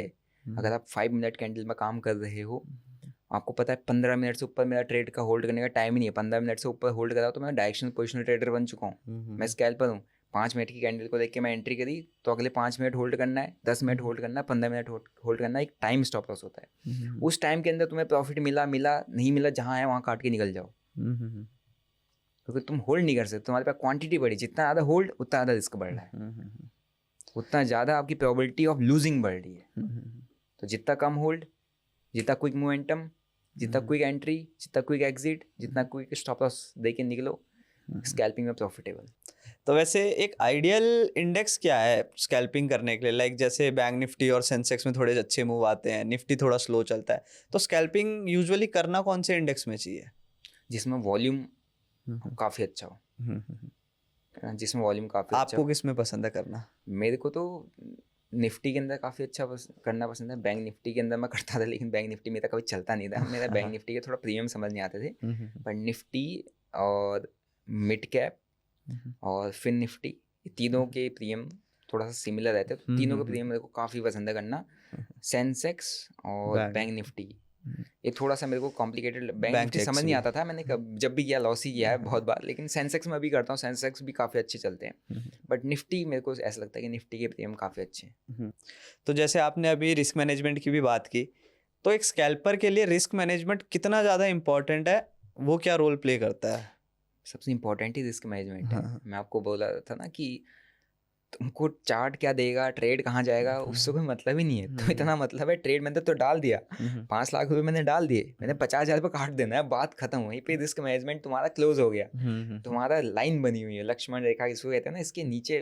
क्योंकि तुमको प्रीमियम नहीं देखना, तुमको कुछ नहीं, तुम स्कैल्प करने के उसे हो, बहुत क्विक टाइम में सब कुछ करना है और डिसीजन बहुत तेज लेने होते हैं। और अगर आप स्कैल्प पर क्या करते हैं, 5, 10, 15, 20 ट्रेड ले लेते हैं, तो 5, 10, 15, 20 बार डिसीजन ले रहे हो बाय करने का, सेल करने का। 20 ट्रेड लिए तो 40 डिसीजन तुमने ले लिए, और 40 डिसीजन अगर तुमने ले लिए तो आप हर डिसीजन में ठीक नहीं हो सकते। तो जब गलत डिसीजन होगा तो उस गलत डिसीजन में तुम्हें पता होना चाहिए कि मैं कितना काटूंगा, क्योंकि एक गलत डिसीजन अगर ज़्यादा गलत हो गया तो जो 20 ट्रेड में जो बनाया है, जो 18 ट्रेड में बनाया है, जो 10 ट्रेड में बनाया है, 5 ट्रेड में बनाया, खत्म हो जाएगा। और जैसे जैसे आप स्कैल्पिंग धीरे धीरे करने लग जाओगे, अभी मैं नॉर्मली जो ट्रेड करता हूँ, जस्ट यूट्यूब पे मेरी वीडियोस आती हैं, डेली लाइफ ट्रेडिंग की वीडियोस आती हैं। तो जिसको पूरा ट्रेडिंग नहीं समझ में आता है, नहीं पता इस ट्रेड कैसे करते हैं, नहीं पता क्या कॉन्सेप्ट होता है, क्या समझना पड़ता है, कैसे काम करना पड़ता है, भाई लाइव ट्रेडिंग की वीडियोस यूट्यूब पर भी इतनी ज़्यादा हैं, अच्छे अच्छे ट्रेडर्स की भी हैं, जाके देख लो। तुमको कोर्स करने की जरूरत ही नहीं है। सही बात है नहीं? तो उनको देख के समझ में आ जाएगा। लेकिन जैसे जैसे आप स्कैल्पिंग में धीरे धीरे आगे बढ़ते हो तो आपके ट्रेड्स कम होने लग जाते हैं, क्योंकि आप थोड़ा सा मैच्योर हो जाते हो। फिर आपको पता है ज़्यादा ट्रेड करने का मतलब नहीं है, कम ट्रेड क्वालिटी ट्रेड करने का मतलब। और स्कैल्पिंग में भी वही चलता है ना। तो रिस्क मैनेजमेंट यही है कि मैं पैसा जो डाल रहा हूँ उसमें मैं लॉस कितना लूँगा, बस खत्म। नंबर, क्वांटिटी, स्टॉप लॉस लगाना मैनुअली, टारगेट लगाना मैनुअली, ये स्टॉप लॉस 1:2, 1:4, कई कोई कॉन्सेप्ट स्कैल्पिंग में चलता ही नहीं है। यही क्या है, सारा माइंड सेट का है, सारा अपना सेल्फ डिसीजन का कि मैं यहाँ पर काटूंगा, काटो, तुम स्कैल्प करो, नहीं काट सकते तुम नहीं। हाँ, तुम नहीं काट सकते अपने डिसाइडेड एरिया पर ट्रेड, तो फिर तुमको स्कैल्पिंग बंद कर देनी चाहिए, बर्बाद हो जाओगे इसमें। जैसे आपने ट्रेड्स की बात करी कि 2-4 ट्रेड्स, तो स्कैल्पिंग के नाम पे लोग दिन भर ट्रेड लगाते रहते हैं कि जी मैं स्कैल्पर हूँ, मैं करते रहते हैं। तो एक आइडियल कितने ट्रेड्स होने चाहिए एज अ स्कैल्पर कि इतने ट्रेड्स करो और बंद कर दो मार्केट? 4 से 5 करो। 4 से 5 लोग नॉर्मल ट्रेड्स लेते हैं। मेरी वीडियोस आप उठा के देखोगे, मेरे उसमें 1 ट्रेड होता है। हाँ, देखा। 2 ट्रेड होते हैं, मैक्स 3 चलाएगा आप, नहीं है ना। तो मेरे मैक्स टू मैक्स 3 ट्रेड होंगे। लेकिन एक टाइम था, 6 महीने 8 महीने पहले देखूंगा तो मैं 5, 8, 10 ट्रेड ले लेता था, 15, 20 ट्रेड ले लेता था। लेकिन जितना ज़्यादा ट्रेड करोगे उतना ज़्यादा स्ट्रेस बढ़ेगा आपका। और मैं उतना स्ट्रेस किस लिए लूँ फालतू? जब छोटे ट्रेड में 1-2 ट्रेड में 3 ट्रेड में अच्छा खासा प्रॉफिट बन जाता है। अब जो ट्रेड में लेता हूँ इतने क्वालिटी ट्रेड आते हैं, इतने अच्छे ट्रेड आते हैं, इतने अच्छे सेटअप आते हैं, रिवर्सल पकड़ लेता हूँ। जो एक ऑप्शन बायर का काम होता है, जो एक ऑप्शन बायर को पकड़ना होता है, वो मोमेंटम, उसको प्रीमियम के अंदर वो मोमेंटम है बॉटम पर उठा के पकड़ लेता हूँ। मैक्सिमम ऑफ द टाइम मेरे साथ ये होता है। किसी को डाउट है कि ऐसे ही बोल रहा हॉर्न बैग रहा है, यार मेरी यूट्यूब पे लाइव ट्रेडिंग वीडियोस पड़ी है, जाके देख लो। वो वीडियोस तो कंप्लीट कोर्स है, मैं आपको ये कहूँगा। क्योंकि हम पहले जब स्टार्टिंग में सीखता था तो हमको ये लगता था कि ये चार्ट पैटर्न, प्राइस एक्शन, वो तो सीखना जरूरी है। लेकिन उसके बाद बंदा क्या करेगा? सब सीख लिया उसने, सब क्या, मेरे से भी उसने सब कुछ सीख लिया, चार्ट पैटर्न, ये वो, एटम सटम, जितना प्राइस एक्शन, कंप्लीट कोर्स सीख लिया, ये होता है, वो होता है, ये होता है, सब सीख लिया उसने। लेकिन अब वो क्या करेगा? सब उसका ये डाउट होता है कि भाई अब मैं एग्जीक्यूट कैसे करूँ? हाँ, सब कुछ आ गया, सब कुछ, एग्जीक्यूशन नहीं आ रहा। यार तुम्हारे पास तो एंड प्रोडक्ट परोस के बना बुनो के एडिट करके तुम्हारे लिए यूट्यूब पर रखी हुई है यार, कि भाई मैं ट्रेड कैसे कर रहा हूँ, सब दिखा रखा है।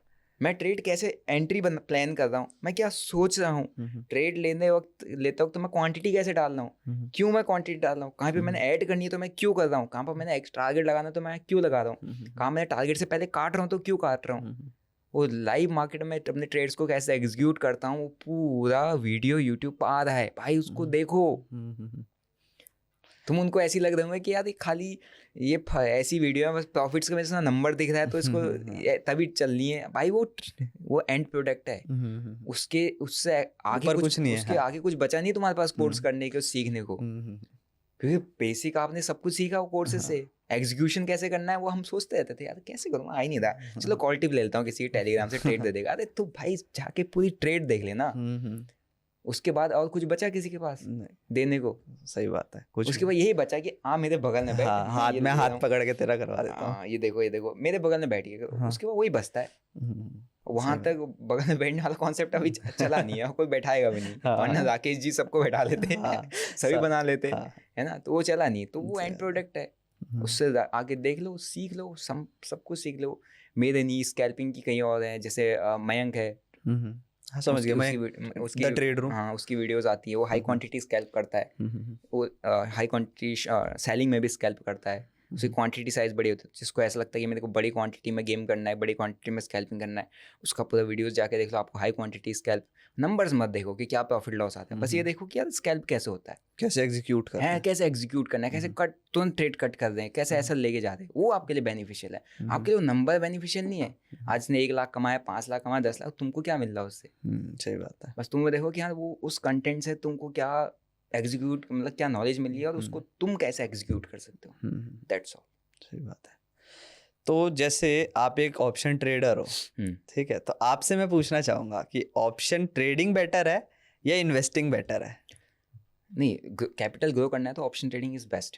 इन्वेस्टिंग से तो तुम्हें साल लगेंगे, लेकिन ग्रो हुए कैपिटल को, लाइक मेरा अगर पैसा बन गया तो मैं उसको इन्वेस्टमेंट में डाल रहा हूँ। मैं ट्रेड नाम भी करूँ तो मेरे स्विंग ट्रेड्स मेरे को काफ़ी अच्छा है। मेरे पास मेरी टीममेट है, मेरे बंदे जो स्विंग ट्रेड्स, अगर मैं उनको बताऊँ कि यार ये स्विंग ट्रेड जो बनेगा ले लेना, पैसा पड़ा है डाल देना, बन जाता है ना। तो वो है कि यार आपके पास अच्छी खासी, छोटे को बड़ा बना सकते हो, लेकिन बड़े को और बड़ा बनाने के लिए आपको वेल्थ क्रिएशन करना पड़ेगा, आपको इन्वेस्टमेंट स्विंग में जाना पड़ेगा। लेकिन इनिशियली छोटे को बड़ा करना तो ऑप्शन ट्रेडिंग से अलावा दूसरा कोई ऑप्शन ही नहीं है। There is no option better than option trading.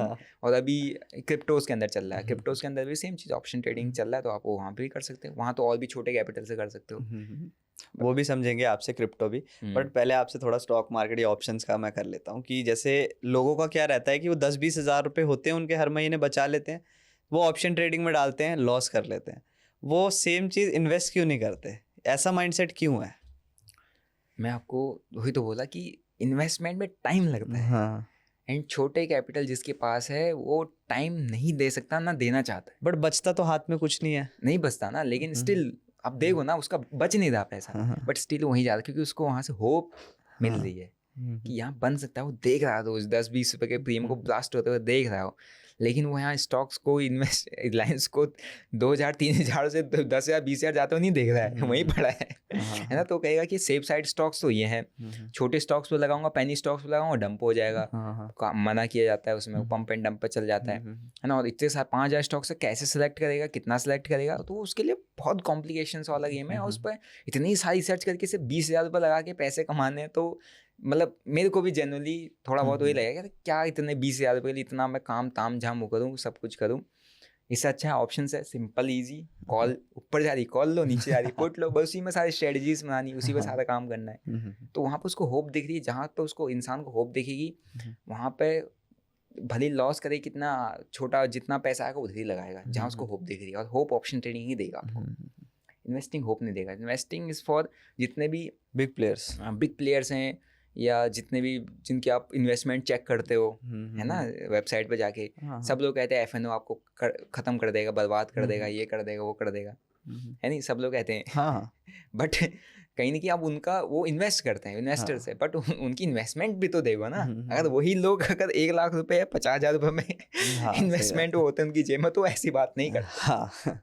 जिनके पास पैसे होते हैं वही ऐसी बात करते हैं, वही ऐसी बात करेंगे, ऐसा करो वैसा करो। मैं और 70 से 80% लोग तो ऐसे हैं जिनके पास छोटा कैपिटल है। मैं भी ऐसे ही कहता था, है ना, लेकिन मैंने रियलाइज किया, मैंने कहा यार मैं बहुत तगड़ा इन्फ्लुएंस करता हूँ लोगों को। मतलब हमारे यंग जो लोग होते हैं उनको बहुत बड़े लेवल पे इन्फ्लुएंस करते हैं। कितने मैं जहाँ जाता हूँ, जिधर होटल में जहाँ था वहाँ, कहाँ नहीं, कितने लोगों को इंस्पायर करता, कितने लोगों को इन्फ्लुएंस किया हमने, और फाइनेंशियली कहीं ना कहीं इन्फ्लुएंस हो रहे हैं। तो उनको ऐसा डिमोटिवेट नहीं करना है कि यार नहीं हो सकता, इन्वेस्ट FNO से दूर हटो, स्विंग में जाओ, मत जाओ भाई, करो FNO, लेकिन सीख जरूर लेना है भाई। इतना है कि सीख जरूर लेना। जो प्रोसेस मैंने अभी तक आपको बताया, जितनी चीज़ें बताई हैं, वो एग्जीक्यूट करो, उन पर काम करो, तो आपका कैपिटल ग्रो होगा। कैपिटल ग्रो होने के बाद तुम भाई उससे गाड़ी खरीदो, तुम ज़मीन खरीदो, तुम इन्वेस्ट करो, जहाँ डालना उस कैपिटल को डालो।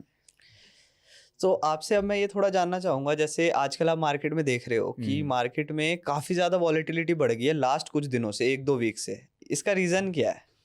यार अभी तो ट्रम्प साहब हम्म, ओथ ले रहे थे, हम्म, और अभी उनके कई सारे डिसीजंस हम्म, जो पूरी ग्लोबल इकोनॉमी को तहस नहस कर सकते हैं अगर एक बड़ा डिसीजन उसने ले लिया, हम्म, जैसे टैरिफ लगा देना चाइना पर 60% जो उसके अंगेज में करेंसी खड़ी करेंगे कोई भी देश, तो वो बहुत बोल्ड आदमी है, स्ट्रेट फॉरवर्ड बात करता है, स्ट्रेट फॉरवर्ड पॉइंट बोलता है, ओपनली बोलता है, तो वो मतलब बहुत इन्फ्लुएंशियल पर्सन है।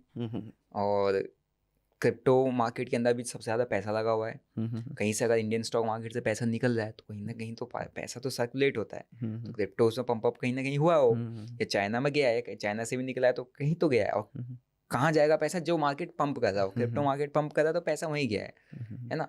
तो इंडिया के अंदर भी उसका इम्पैक्ट पड़ता है उसके हर एक डिसीजन का। मॉनेटरी पॉलिसी आने वाली है, अभी ये रिलायंस का कुछ रिजल्ट था, HDFC बैंक का रिजल्ट था, तो मेजर जाइंट्स जो है इनके क्वार्टरली रिजल्ट आ रहे हैं, तो ये वाला जो टाइम अभी जो चल रहा है, एक तो मार्केट सेलिंग में भी कंटिन्यूस आ गया है, FI दबा के माल बेच रहे हैं यहाँ पे, तो ऐसे टाइम में जब विक्स हाई रहता है और ये इवेंट्स आते हैं, सडन इवेंट्स है ना, न्यूज़ बेस्ड एरिया टाइम ज़्यादा चल रहा होता है, तो उस टाइम पे मार्केट में हाई वॉलेटिलिटी रहती है, स्पेशली इंडिया मार्केट के अंदर भी हाई वॉलेटिलिटी आपको देखने को मिलेगा, और बाकी क्रिप्टो के अंदर तो फिर आप देख रहे हो वॉलेटिलिटी, तो इवेंट बेस्ड वॉलेटिलिटी है। फिर अभी कुछ टाइम ऐसा भी आएगा जब लोग सर पकड़ेंगे यार मूवमेंट ही नहीं आ रहा है ना।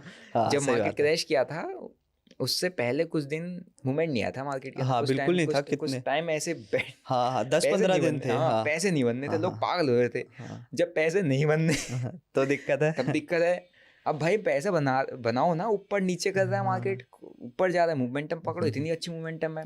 एक ट्रेडर को मोमेंटम और वॉलेटिलिटी चाहिए, वॉल्यूम चाहिए, पैसा अंधाधुंध बनेगा। खड़ा मार्केट पड़ा मार्केट किसी काम का नहीं है। नहीं, सही बात है।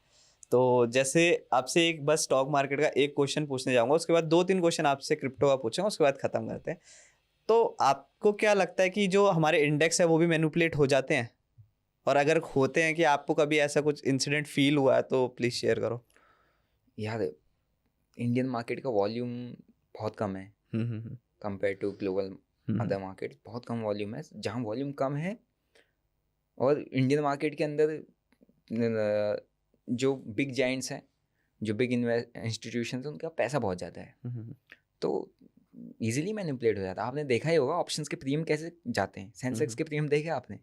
सेंसेक्स तो इतना 100 से 1000 जाता है, 1000 से फिर 100 आ जाता है। सेंसेक्स क्या है? सेंसेक्स सबसे मेन इंडेक्स है, हाँ, हाँ, आप निफ्टी 50 पहले सेंसेक्स को सेंसेक्स चलता था, टॉप हाँ। 30 वहाँ पे इंडिया की टॉप 30 जाइंट्स कंपनी जो है वो हैं। आप खुद सोचो कि सेंसेक्स उसी आपका अंडरलाइंग एसेट के अंदर ही तो सारे ऑप्शन हाँ, चलते हैं, हाँ, और ऑप्शन कैसे मूव करेगा? जब वो एसेट मूव करेगा, और एसेट कब मूव करेगा? जब उसके इंस्ट्रूमेंट्स को मूवमेंट दीजिए कराई जाएगी। तो मैनिपुलेशन तो पूरा है, पूरा। आपने सेंसेक्स देखा है ना, एक बेस्ट एग्जांपल है।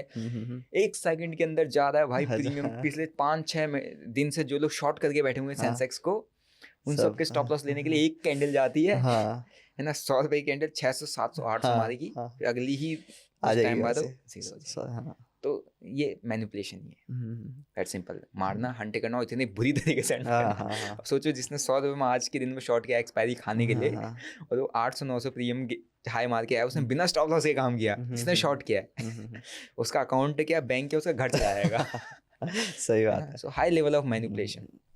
तो जैसे आजकल क्रिप्टो का बहुत ट्रेंड चल रहा है, क्या रीज़न है क्रिप्टो में शिफ्ट होने का? कि या तो मेरे को लगता है एक रीज़न बोलते हैं कि वो बहुत अच्छी मार्केट है, बहुत अच्छा प्राइस एक्शन वर्क करता है, वॉल्यूम अच्छा है, बट मेरे को कहीं ना कहीं ये लगता है कि ऑप्शन ट्रेडिंग से लॉस करके एक होप के साथ क्रिप्टो में लोग जा रहे हैं। आपको क्या लगता है? इन्फ्लुएंसर वो खींच रहे हैं। Is a major reason. Influencer को अंडर एस्टिमेट करना ही नहीं है, और खासकर stock market, trading, investing, finance field में इन्फ्लुएंसर ऐसी चीज़ है।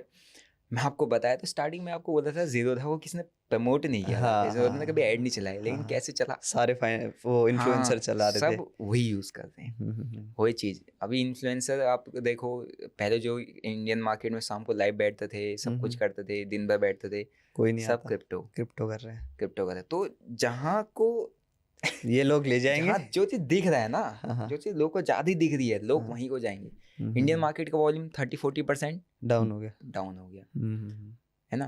इसीलिए डाउन हुआ क्योंकि अभी सबके सब मजा लोगों को वहीं आ रहा था, सबके सब क्रिएटर सब वहीं, हम वहीं दबा के काम करते हैं। मैं तो इंडियन मार्केट में करता है वो तो अब तो और अच्छा मार्केट हो गया। अगर किसी को ये लग रहा है कि अभी के मार्केट पैसा इंडियन मार्केट में नहीं बन सकता, भाई अभी इतना अच्छा पैसा इंडियन मार्केट में बन रहा है, बस इंडियन मार्केट को अभी समझना चालू कर दो, बहुत अच्छे से समझ जाओगे। क्योंकि वॉल्यूम ड्रॉप हो गया है तो थोड़ा सा स्टेबिलिटी मार्केट में आ गई है, बहुत अच्छा पैसा बन अभी जाएगा। जब तक ये लेकिन अब जब पैसा बनना है, जब स्टेबिलिटी आ रही है, सब छोड़ के यहाँ से क्रिप्टो नहीं क्रिप्टो करना है यार, क्रिप्टो करोगे लेकिन क्रिप्टो में भी तो तुमको वही प्रोसेस फॉलो करनी है, टाइम भी तो वहीं जाएगा। तो क्रिप्टो मार्केट का दूसरा क्रेज ये है कि Trump one of the biggest reason, क्योंकि वो क्रिप्टो के फेवर में है और क्रिप्टोस में ग्लोबल ट्रांजेक्शन चल रहे हैं, क्रिप्टोस को अडॉप्ट किया जा रहा है और मल्टीपल नेटवर्क ब्लॉकचेन बेस्ड चीज़ें चल रही हैं, डिसेंट्रलाइज सिस्टम है, रिलायबल है, लोगों को समझ आ रहा है, ट्रस्टेबल है। जो नई नई जनरेशन आ रही है इनको क्रिप्टो समझ में आता है ना, हर साल 18+ लोग हो रहे हैं तो उनको वो क्रिप्टो समझ में। जो ओल्ड जनरेशन है वो धीरे धीरे क्या बोलते हैं वैनिश हो रही है। हाँ वही हो रही है कि नई जनरेशन आ रही है तो उनको समझ में आ रहा है। तो जितना नई जनरेशन आएगा उनको समझ में आएगा क्रिप्टो, फॉरेक्स का तो ऑलरेडी ज़्यादा क्रेज है, इतनी ज़्यादा रेगुलेशन इंडिया के अंदर, लेकिन इंडिया का तगड़ा वॉल्यूम है फॉरेक्स के अंदर। सो क्रिप्टोज के अंदर जा रहा है। क्रिप्टोज के अंदर पहले जो इंसान फॉरेक्स को ट्रेड करता था वो क्रिप्टो भी ट्रेड करता था, लेकिन अब इंडिया के अंदर भी लीगली चीज़ें हो रही हैं तो क्रिप्टोज के अंदर लोग दबा के ट्रेड करते हैं और क्रिप्टोज के मोमेंटम काफ़ी अच्छे हैं।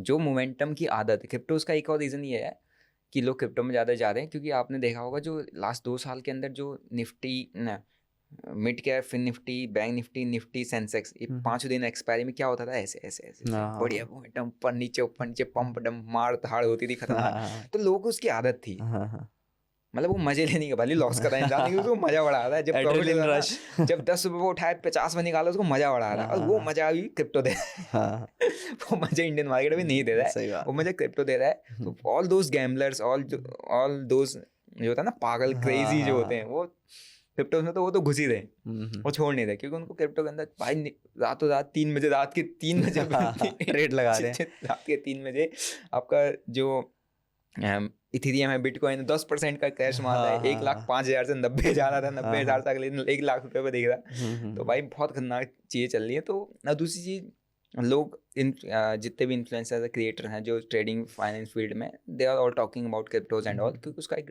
बूम चल रहा है। सो दैट्स व्हाई उसका एक बिग रीज़न है कि लोग वहाँ शिफ्ट हो रहे हैं। तो क्रिप्टो करने के लिए बेस्ट सेगमेंट कौन सा है? क्योंकि क्रिप्टो में भी बहुत सारे सेगमेंट्स है, फ्यूचर्स है, ऑप्शंस है, या तो आप जैसे क्रिप्टो बाय भी स्पॉट कर सकते हो। तो बेस्ट क्या है क्रिप्टो ट्रेड करने का? देखो, अगर क्रिप्टोज को जिनके पास एक वो बना लेते हैं कि क्राइटेरिया बना लेते हैं, किसी के पास भाई 50-60 हज़ार है, 1 लाख है, उसके लिए क्या बेस्ट है? उसको तो ट्रेड करो भाई, इन्वेस्ट करने के चक्कर में मत पड़ो। तुम इन्वेस्ट करके कितना पैसा बनाओगे उसको तुमको टैक्स देना पड़ेगा। फ्यूचर्स करो। जिसके पास पैसा बड़ा है स्पेयर में भाई, साइड में देख लेते हैं, तो छोटे छोटे मीम कॉइन अच्छे आते हैं, ठीक ठाक मीम कॉइन, ये नहीं कि वरना लाखों मतलब हजारों मीम कॉइन आते हैं, पंप डंप होकर निकल जाते हैं, 20-25 हज़ार प्लस कॉइन आके निकल गए, पड़े हैं निकल रहे हैं। वो सब छोड़िए, कोई अच्छे मीम कॉइन, कुछ अच्छे जो टॉप के कॉइन्स है, जैसे बिटकॉइन, इथेरियम, सोलाना, XRP, ये सारे जो कॉइन्स हैं इन पर आप ट्रेड कर सकते हो। Bitcoin, Ethereum, XRP, Solana, BNB और भी 1-2 हैं, है ना, जो टॉप के जिनमें मतलब अच्छा वॉल्यूम आ रहा है। XRP नवंबर से क्या तगड़ा बूस्ट मारा है ना, तो उनमें आप ट्रेड करके काफ़ी अच्छा पैसा बना सकते हो। ट्रेडिंग में आपको अच्छा वॉल्यूम मिल जाता है इनके अंदर, इन कॉइन्स पे काफ़ी अच्छा ट्रेड होता है, मोमेंटम काफ़ी अच्छा आता है। लेवरेज क्रिप्टोस आपको काफ़ी अच्छा ऑफर करते हैं, 200x तक का लेवरेज देते हैं, उतना यूज़ करना नहीं चाहिए, वो आपके पॉकेट साइड से बाहर जाता है। आप 10x 20x लेवरेज पर काम करके आप से काफ़ी अच्छा पैसा बना सकते हो। फॉर एग्जाम्पल, जिसके पास 1,000 रुपये भी है, वो 1,000 रुपये से, मैं एग्जाम्पल के बोल रहा हूँ, 200x लेवरेज ले लिया तो 2 लाख का ट्रेड मार रहा है। तो ये फ्लेक्सिबिलिटी जो है अभी क्रिप्टोस ऑफर कर रहा है। दैट्स वाई इंडिया से भी, इंडियन मार्केट से छोड़ के क्रिप्टोस में तब जा रहे हैं। तो इतनी जो जितने भी स्मॉल कैटेगरी ट्रेडर थे सब क्रिप्टोस में आ गए, है ना। तो ट्रेडिंग, मेरे को ऐसा लगता है क्रिप्टोस के अंदर ट्रेडिंग बेस्ट ऑप्शन है। 50-60 हज़ार रुपये जिसके पास कैपिटल है ना, जिसको ऐसा है कि यार मेरे पास 5-10 लाख रुपए का कैपिटल है, तो लाख रुपए का कैपिटल आप मीम में डाल के बैठ जाओ। अच्छा, अच्छे जैसे आया आपका ट्रम्प का मीम आया उसमें डाल देते, ट्रम्प की वाइफ का मीम आया उसमें डाल देते, कुछ नया मीम आ गया जिसको ट्विटर पर पंप हो रहा है, कुछ डालो, बनाओ पैसा, निकल जाओ। सही बात। ट्विटर पर कोई ट्रम्प एलन ने कुछ डाल दिया, ट्रम्प ने डाल दिया, इन 3-4 हस्तियों को पकड़ लेना, फॉलो क्योंकि करो, कोई डीपी चेंज हो जाती है, नाम चेंज हो जाती इसका है। कोई फंडामेंटल नहीं है ना, कोई रूट नहीं है भाई। इन्फ्लुएंशियल पावर हो रहा है भाई, इतना इन्फ्लुएंशियल पावर है उनका कि उसने नाम लिया नाम लिया बिटकॉइन इतना बड़ा मार्केट डंप, तो ये है इन्फ्लुएंसर। वो भी तो एक तरीके की इन्फ्लुएंस, सोशल मीडिया पर इन्फ्लुएंसर है, तो इन्फ्लुएंसर की पावर बहुत ज़्यादा है। तो इसलिए मैंने बोला ना कि क्रिप्टोज की तरफ ये लोग जा रहे हैं, तो इन्फ्लुएंसर की वजह से जा रहे हैं इंडिया के अंदर, है ना। वैसे तो जो करते ही हैं वो करते ही हैं। सो trading is the best option. अगर आपको करना है, इन्वेस्ट करना है, तो एक कैपिटल डाल दो, मीम कॉइन में डालो, अदरवाइज ट्रेड करो। मोमेंटम ऊपर नीचे जो पकड़ना है पकड़ो, तुम्हारा टैक्स नहीं पड़ेगा इसमें। जो साल भर में जो कमाया उसके अकॉर्डिंग बिजनेस टैक्स 30%। हाँ, जो आपने जिस स्लैब में आप आ रहे हो। अच्छा, इसमें 30% ऐसे नहीं 30% आप स्पॉट अगर खरीदते हो, जैसे आपने 1 लाख रुपए इन्वेस्ट कर दिया, 1 करोड़ बन गया मीम कॉइन के थ्रू, देन आपको वहाँ पे उसको बेचोगे तो 1% TDS जाएगा, आपका 30% फ्लैट टैक्स आपको देना पड़ेगा। तो मतलब कि आपका TDS तो आप क्लेम कर सकते हो, लेकिन 1 करोड़ अगर आपने बना दिया, 1 लाख का 1 करोड़ हो जाता है, हो भी जाता है, तो आपको 30 लाख देना ही देना है। इनकम टैक्स फाइल करो तो फ्लैट पहले वो साइड कर दोगे, तो आपकी कमाई है वो वहाँ पे 70 लाख की है। लेकिन अगर आप जैसे टॉप के कॉइन्स को ट्रेड करते हो, तो भली 5% मूवमेंट करे एक दिन में, 10% फॉल करे, तो आप लॉन्ग करके शॉर्ट करके उसके फ्यूचर के थ्रू काम करो। और किसी में बिटकॉइन और क्रिप्टोज के ऑप्शन ट्रेड करने को मिल जाते हैं, उनके ऑप्शन के थ्रू काम करो, है ना। तो वो इनकम आपके ये क्रिप्टो से कमाई हुई इनकम में नहीं आती है। तो उसको आप सिंपली जिस टैक्स स्लैब में आते हो उसके अकॉर्डिंग पे करो। मतलब कि अगर आपने आपका कोई दूसरा बिजनेस है, मार्ट है, कुछ है, वहाँ आपने 1 करोड़ का लॉस किया साल में, 1 करोड़ का प्रॉफिट किया। यहाँ क्रिप्टोज के फ्यूचर एंड ऑप्शंस के अंदर आपने 1 करोड़ का प्रॉफिट कर दिया, तो आप उसको सेटल कर सकते हो, प्रॉफिट लॉस सेटल। लेकिन अगर आप स्पॉट में ट्रेड करोगे तो आप सेटल नहीं कर सकते, वो आप कैरी नहीं कर सकते, सेट ऑफ नहीं कर सकते कि यार इधर प्रॉफिट हुआ था, इस धंधे में मेरे को लॉस हुआ, इस क्रिप्टोज के इधर मेरे को प्रॉफिट हुआ, तो मैं सेट ऑफ कर दूँ ना, प्रॉफिट टैक्स देना पड़ेगा। ताई नहीं छोड़ती। सही बात है। तो आजकल बड़ी कहानी चल रही है, इसकी स्टोरी क्या है? जो जियो कॉइन आजकल बहुत चल रहा है, तो इसकी क्या कहानी है, ये क्या है, इसके बारे में आप थोड़ा बताओ। ये पॉलीगॉन नेटवर्क में आया है, कॉइन लॉन्च हुआ है, और मुझे अभी तो इसका कोई ऑफिशियल कुछ वो नहीं है, मतलब जहाँ तक मैंने स्टडी किया था, मैंने इस पर वीडियो भी बनाया था, कुछ ऑफिशियल डाटा हमें नहीं मिला। बट हाँ, जियो स्पेयर एक ऐप है, आप उसको डाउनलोड करोगे तो जितने आप जो वेबसाइट्स को स्क्रॉल करते हो, चेकआउट करते हो, आप जियो स्पेयर ऐप के थ्रू कर सकते हो, है ना। आप जितना ज़्यादा वहाँ पे टाइम दोगे, जितना ज़्यादा वहाँ पे उस ब्राउज़र को यूज़ करोगे, जितना ज़्यादा वहाँ पे स्क्रॉल करोगे, सब सर्च करोगे, तो आपको as a reward Jio coin मिलेंगे। अब हो सकता है उन जियो कॉइन को आप जियो के जितनी भी सर्विसेज हैं वहाँ पर रिडीम कर पाओ। बट ऐसा अभी तक ऐसा नहीं है कि जियो कॉइन आपने ले लिया करके इनमें एक बिटकॉइन बन गया। यही मैं आपसे पूछ रहा था कि लोग कह रहे हैं कि जियो कॉइन ही है अगला बिटकॉइन। इसके हमने भी इस पे वीडियो बनाया था, लेकिन इसका ऐसा मतलब एक खाली वो है, इसको ऑफिशियल कुछ नहीं है, जस्ट एक होता है ना कि हाँ कि चलो देखते हैं, क्या पता। क्या पता। अब उस पर एक नंबर है, अगर आप देखो 500 मिलियन प्लस लोग हैं जो क्रिप्टोज के इकोसिस्टम में काम करते हैं, ट्रेड करते हैं, इन्वेस्ट करते हैं ग्लोबली।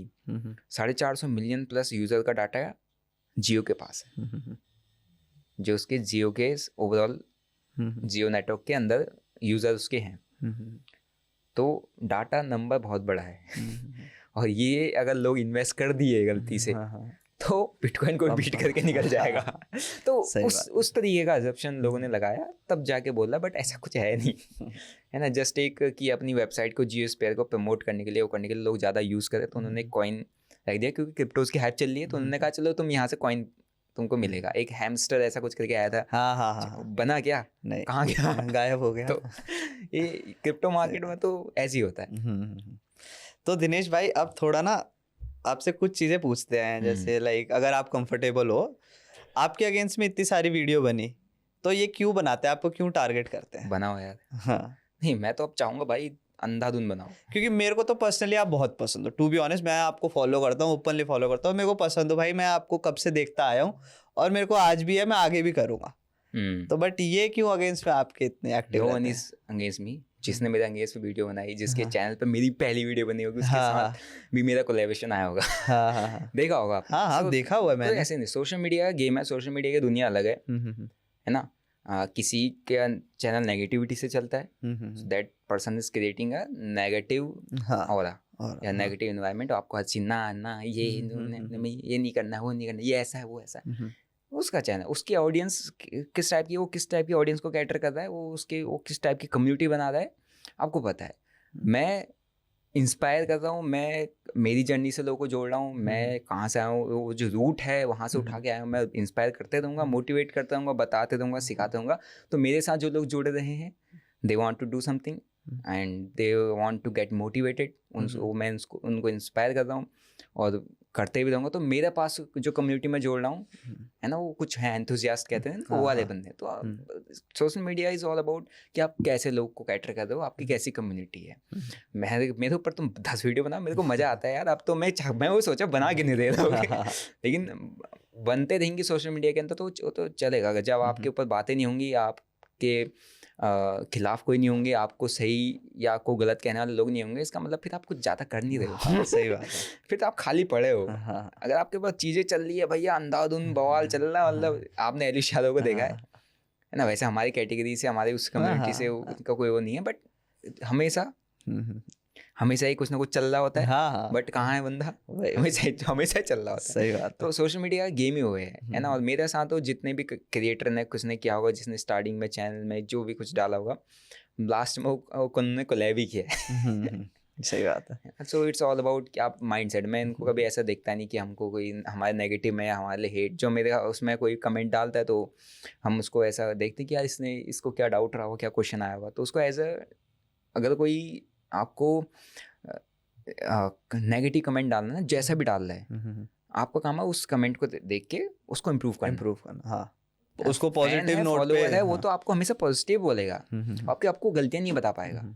गलतियां वो बताएगा जो सीधा बोलेगा। कमेंट उसने कर दिया, उसको जैसा लगा उसने बोला, तुमको उसको इम्प्रूव करना है। तुम्हारे इम्प्रूवमेंट में उन लोगों का हाथ काफी ज्यादा जरूरी है। हेटर्स का जो नहीं, देयर आर नो हेटर्स। मतलब तुम्हें देख रहा है, ही इज योर, मतलब वो देख रहा है, उसने तुम्हें टाइम दिया, 1 मिनट दिया तुम्हें। रील की बात करूँ 1 मिनट दिया, वीडियो की बात करूँ भाई ने मेरे को 30 मिनट दिए। आधा घंटे की उसने मेरी एक वीडियो देखी, पूरा ट्रेड देखा, है ना। फिर उसको ऐसा लगा कि यार इसने कुछ खास पॉइंट नहीं पकड़े, अरे क्या फालतू ट्रेडर, मजा नहीं आया। उसने देखा ना, उसने टाइम दिया। उसके लाइफ में भी मैंने कुछ ना कुछ वैल्यू है, उसके मैंने 30 मिनट लिए। उसने मेरे को चूज किया, है ना। तो दिनेश भाई, आपसे बहुत सारी चीज़ें सीखने को मिली हमें, आपने बहुत सारी नॉलेज प्रोवाइड करी। अब मैं आपसे जानना चाहता हूँ कि ये दिनेश भाई है कौन, इनको क्या करना पसंद है, ट्रेडिंग के साथ साथ क्या क्या पसंद है, क्या क्या सपने हैं, मैं आपसे जानना चाहूँगा। भाई अभी तो एज ऐसी है 24-25 साल, 30-35 साल तक तो वो एनर्जी है अंदर, फाड़ना। मतलब जिस जगह मैं सोच रहा हूँ कि जहाँ मैं हाथ डालूँ वहाँ पे कुछ ना कुछ खोद के ही निकालूँ, कुछ ना कुछ निकलना ही है। तो मैं बेसिकली गांव से आया हूँ, उत्तराखंड, अल्मोड़ा, चकुटिया, तड़ाकता, बहुत गंभीर गांव में। अभी ना रोड है ना वहाँ पे नेटवर्क है। लाइट पहुँची 3-4 साल हो गए, रोड नेटवर्क नहीं है। मैं वैसे वो मेरा गाँव है, अभी भी घर मेरा अभी बन रहा है, वही मेरा घर है, घर अभी मेरा बन रहा है ना। उसका ओपनिंग हो जाएगा तो वहाँ पर स्टूडियो अपना ऐसा है, कुछ मज़ेदार पॉडकास्ट वगैरह कुछ कर लेंगे वहाँ पे। ऑफिस मेरा रेडी रहेगा जहाँ पे मेरे कुछ टीम मेट काम करेंगे, जहाँ पे मेरा ट्रेडिंग फ्लोर भी बनेगा, जहाँ पे कुछ अच्छे ट्रेडर्स वगैरह काम करेंगे, आके बैठेंगे, सीखेंगे, क्या बोलते हैं, नॉलेज वहाँ पे गेन होगी या साथ में ट्रेड करेंगे।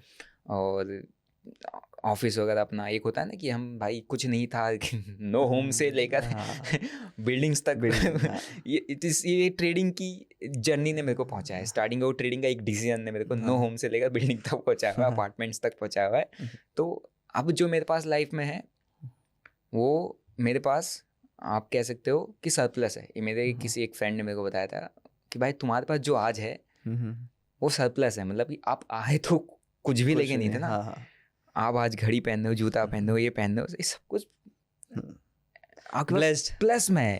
आप प्लस में ही चल रहे हो, आप माइनस में मैं गया था, आप प्लस में ही चल रहे हो। तो प्लस में चल रहे हो तो कीप ऑन डूइंग, जो जहाँ मन करता है, जहाँ से मजा आता है, जो काम करने का है करो, है ना। तो ऐसा ही है जो करते आगे का गोल क्या है, कितनी नेटवर्थ बनानी है, कुछ ये एक टारगेट है कि ये वाली गाड़ी खरीदनी है, या कुछ ऐसा एक बढ़िया? मैं गाड़ी तो याद है, मैं अभी मेरे को स्पोर्ट्स कार का काफ़ी मन हो रहा था। हाँ तो मैं कल अपन मस्टैंग बुक करा है, हाँ। तो मैं अभी उसको फरवरी में, अपने यहाँ पे डिस्क्लोज कर दिया, आपको पता है ना? अरे तुम्हारा पॉडकास्ट जब कब जाएगा, मतलब जाएगा ना कुछ टाइम बाद, तब तक तो आ जाएगी मेरे पास। कितने दिन में आ जाएगी? फरवरी फर्स्ट वीक में आ जाएगा। फरवरी फर्स्ट वीक आ जाएगी ना पक्का? हाँ हाँ, मैं तो सोच रहा था अभी डालने की 5-10 दिन में। कोई बात नहीं, डाल दो, कोई दिक्कत नहीं है। वो तो हमारे पास आनी है, वो तो हमारी हाँ, हाँ। जब मेरे बिल्डिंग की ओपनिंग है ना, उससे पहले तब मैं लेट मेरे को क्या लग रहा है हम कि कल ले लें उसको। ये आप वरना मैं अभी लेके सरप्राइज हो। जाऊँ, हाँ, वरना मैं अभी लेके जाऊँ, लेकिन खड़ी करने की जगह भी तो होनी चाहिए हाँ, सही यार। बात है। तो खड़ी करने की जगह इस मेरा फैब एंड में मेरा बिल्डिंग का ओपनिंग हो जाएगा, जहाँ पूरा पार्किंग है नीचे, तो वहाँ खड़ी करने की जगह है। तो मैं फैब के एंड में ओपनिंग के बाद फिर गाड़ी यहाँ से उठा के ले जाऊँगा, हाँ, हाँ। है ना। तो फ्यूचर गोल ऐसा कुछ नहीं है कि ऐसा कुछ बड़ा बड़ा करना है, बस करते रहेंगे, मतलब ग्रो होते रहना है। ऐसा कैसा लगता है जब अब आपको इतना ज़्यादा लोग, आपको फेम मिल रही है, आपको लोग पसंद करते हैं, पैसा भी कहीं ना कहीं आ रहा है, तो आपको क्या फील होता है अब जब एक सिचुएशन वो थी और एक सिचुएशन आ जाए, तो कैसा लगता है आपको? मज़ा आता है अब तो, मतलब वो एक, मैं वो तो कह रहा हूँ, एक डिसीजन होता है आपका, एक डिसीजन आपकी लाइफ पलट सकता है। तो डिसीजन लेने, अगर आपको लाइफ में कुछ करना है, अचीव करना है अपनी, हम लोग कहते हैं ना ड्रीम्स, आपने मेरे को स्टार्टिंग कहा कि ड्रीम्स क्या है, ड्रीम्स तो कुछ थे ही नहीं। हाँ हाँ ड्रीम्स पहले क्रिएट करने पड़ते हैं। हाँ हाँ। इंसान होता है ना वो कि जहाँ तक वो देख सकता है उतने ही सपने रखता है, तो हम तो इतना आगे तक देख ही नहीं सकते थे। तो हमारा कुछ ऐसा ड्रीम था, लेकिन जैसे जैसे अपन ने ग्रो अप करना चालू किया, चीज़ें बढ़ती गई, फिर ड्रीम्स भी क्रिएट होते गए। हम उसको पहले ड्रीम क्रिएट किए, फिर उसको फुलफिल करते हैं। तो आगे हो सकता है कुछ ड्रीम क्रिएट हो जाए, फिर हम उसको फुलफिल करने के लिए जाएंगे, तो हम लाइफ में कुछ ना कुछ करते रहेंगे, है नहीं। सो आगे तो अब देखते हैं जो होगा, ऐसा कुछ है नहीं, अभी हमने कुछ ऐसा प्लान नहीं किया है कि हम ऐसा ही करना है, वैसे करना है, जैसा चलते रहेगा। अपन यूट्यूब के थ्रू एजुकेशन प्रोवाइड करते रहेंगे, तो अपन हमारा मल्टीपल चैनल्स यूट्यूब पे हैं, जहाँ पर हम अलग अलग चीज़ें प्रोवाइड करेंगे, अलग अलग कंटेंट प्रोवाइड करेंगे, फॉरेक्स, क्रिप्टोज, इंडियन मार्केट और व्लॉगिंग, और कुछ और भी हो, पॉडकास्टिंग, कुछ और भी हो सकता है, वहाँ भी घुसेंगे। सोशल मीडिया पे, तो सोशल मीडिया पे, इंस्टाग्राम पे कैसा कंटेंट चलता है हम उसमें फाड़ेंगे, कहाँ कैसे चलता है उसमें तो करना है। कोई हमारे पास करने के लिए तो इतना आगे खुला है, बस करने वाला इंसान चाहिए। तो दिनेश भाई, इस पॉडकास्ट को करते हैं यहीं पे एंड। ये एक पहला ऐसा पॉडकास्ट है जो मेरे को लग रहा है कि इतनी देर हमने बातें कर ली, सबसे लंबा रिकॉर्ड हुआ है, और इतनी देर बातें कर ली, फिर भी ऐसा लग रहा है कि बहुत सारी बातें रह गई है। बहुत सारी रह गई, हाँ, कुछ पूछा नहीं है, ये अभी भी बहुत सारी रह गई है, क्योंकि ऐसा पता नहीं लग रहा है। तो इस पॉडकास्ट को करते हैं हम यहीं पे and. Thank you so much, आप आए हमारे पॉडकास्ट में। आई होप इसमें हम दोबारा भी सेकंड पार्ट जरूर करेंगे। तो थैंक यू सो मच, आप आए पॉडकास्ट में। और जाते जाते लास्ट में आप कुछ 2-3 बातें बोलना चाहो जो ट्रेडर्स आपको देख रहे हैं। यार मैं 2-3 बातें बस यही कहूँगा कि भाई, अगर ट्रेडिंग का ड्रीम रखा है आपने, ट्रेडर बनना चाहते हो, अटेम्प्ट करो, रुकना नहीं है, छोड़ो मत यार, हर जगह अटेम्प्ट कर दो। एक अटेम्प्ट यहाँ पे कर लो, और ये जो पॉडकास्ट वापस से स्टार्टिंग से देख लो, कैसे अटेम्प्ट करना है, कैसे स्टेप बाय स्टेप काम करना है, आपको सब कुछ समझ में आ जाएगा। एक डिसीजन हो सकता है, एक डिसीजन आपका लाइफ फ्रॉम 0 टू मिलियनियर तक एवरीथिंग लेके जा सकता है। 0 टू एवरीथिंग आपका एक डिसीजन लेके जा सकता है। बस एक डिसीजन लेने की कैपेबिलिटी अपने अंदर रखो, और थोड़ा सा रिस्क लो। अगर आपको एवरेज लाइफ नहीं चाहिए, से थोड़ा सा ऊपर निकलना, तो ट्रेडिंग उसी लिए इंसान कर रहा है ना। ट्रेडिंग डेली का 5-10 हज़ार रुपये कमाने के लिए नहीं कर रहा इंसान, ट्रेडिंग कर रहा है तो भैया 10-15 लाख रुपये महीने का छापना है वाला, इसलिए कर रहा है। ये माइंडसेट रखते हो तो रिस्क लेना बनता है, रिस्क लो थोड़ा सा, और चलता है ठीक है, नहीं चलता है तो फिर दूसरा स्ट्रीम आपके पास है ही, बट एक डिसीजन आपकी लाइफ बदल सकता है। चलो ठीक है, thank you so much Dinesh भाई, आप आए। इस पॉडकास्ट को करते हैं हम यहीं पे एंड। अगर आप इस वीडियो पे 5000 लाइक कर देते हो तो मैं दिनेश भाई को ज़रूर दोबारा बुलाऊंगा। Thank you so much.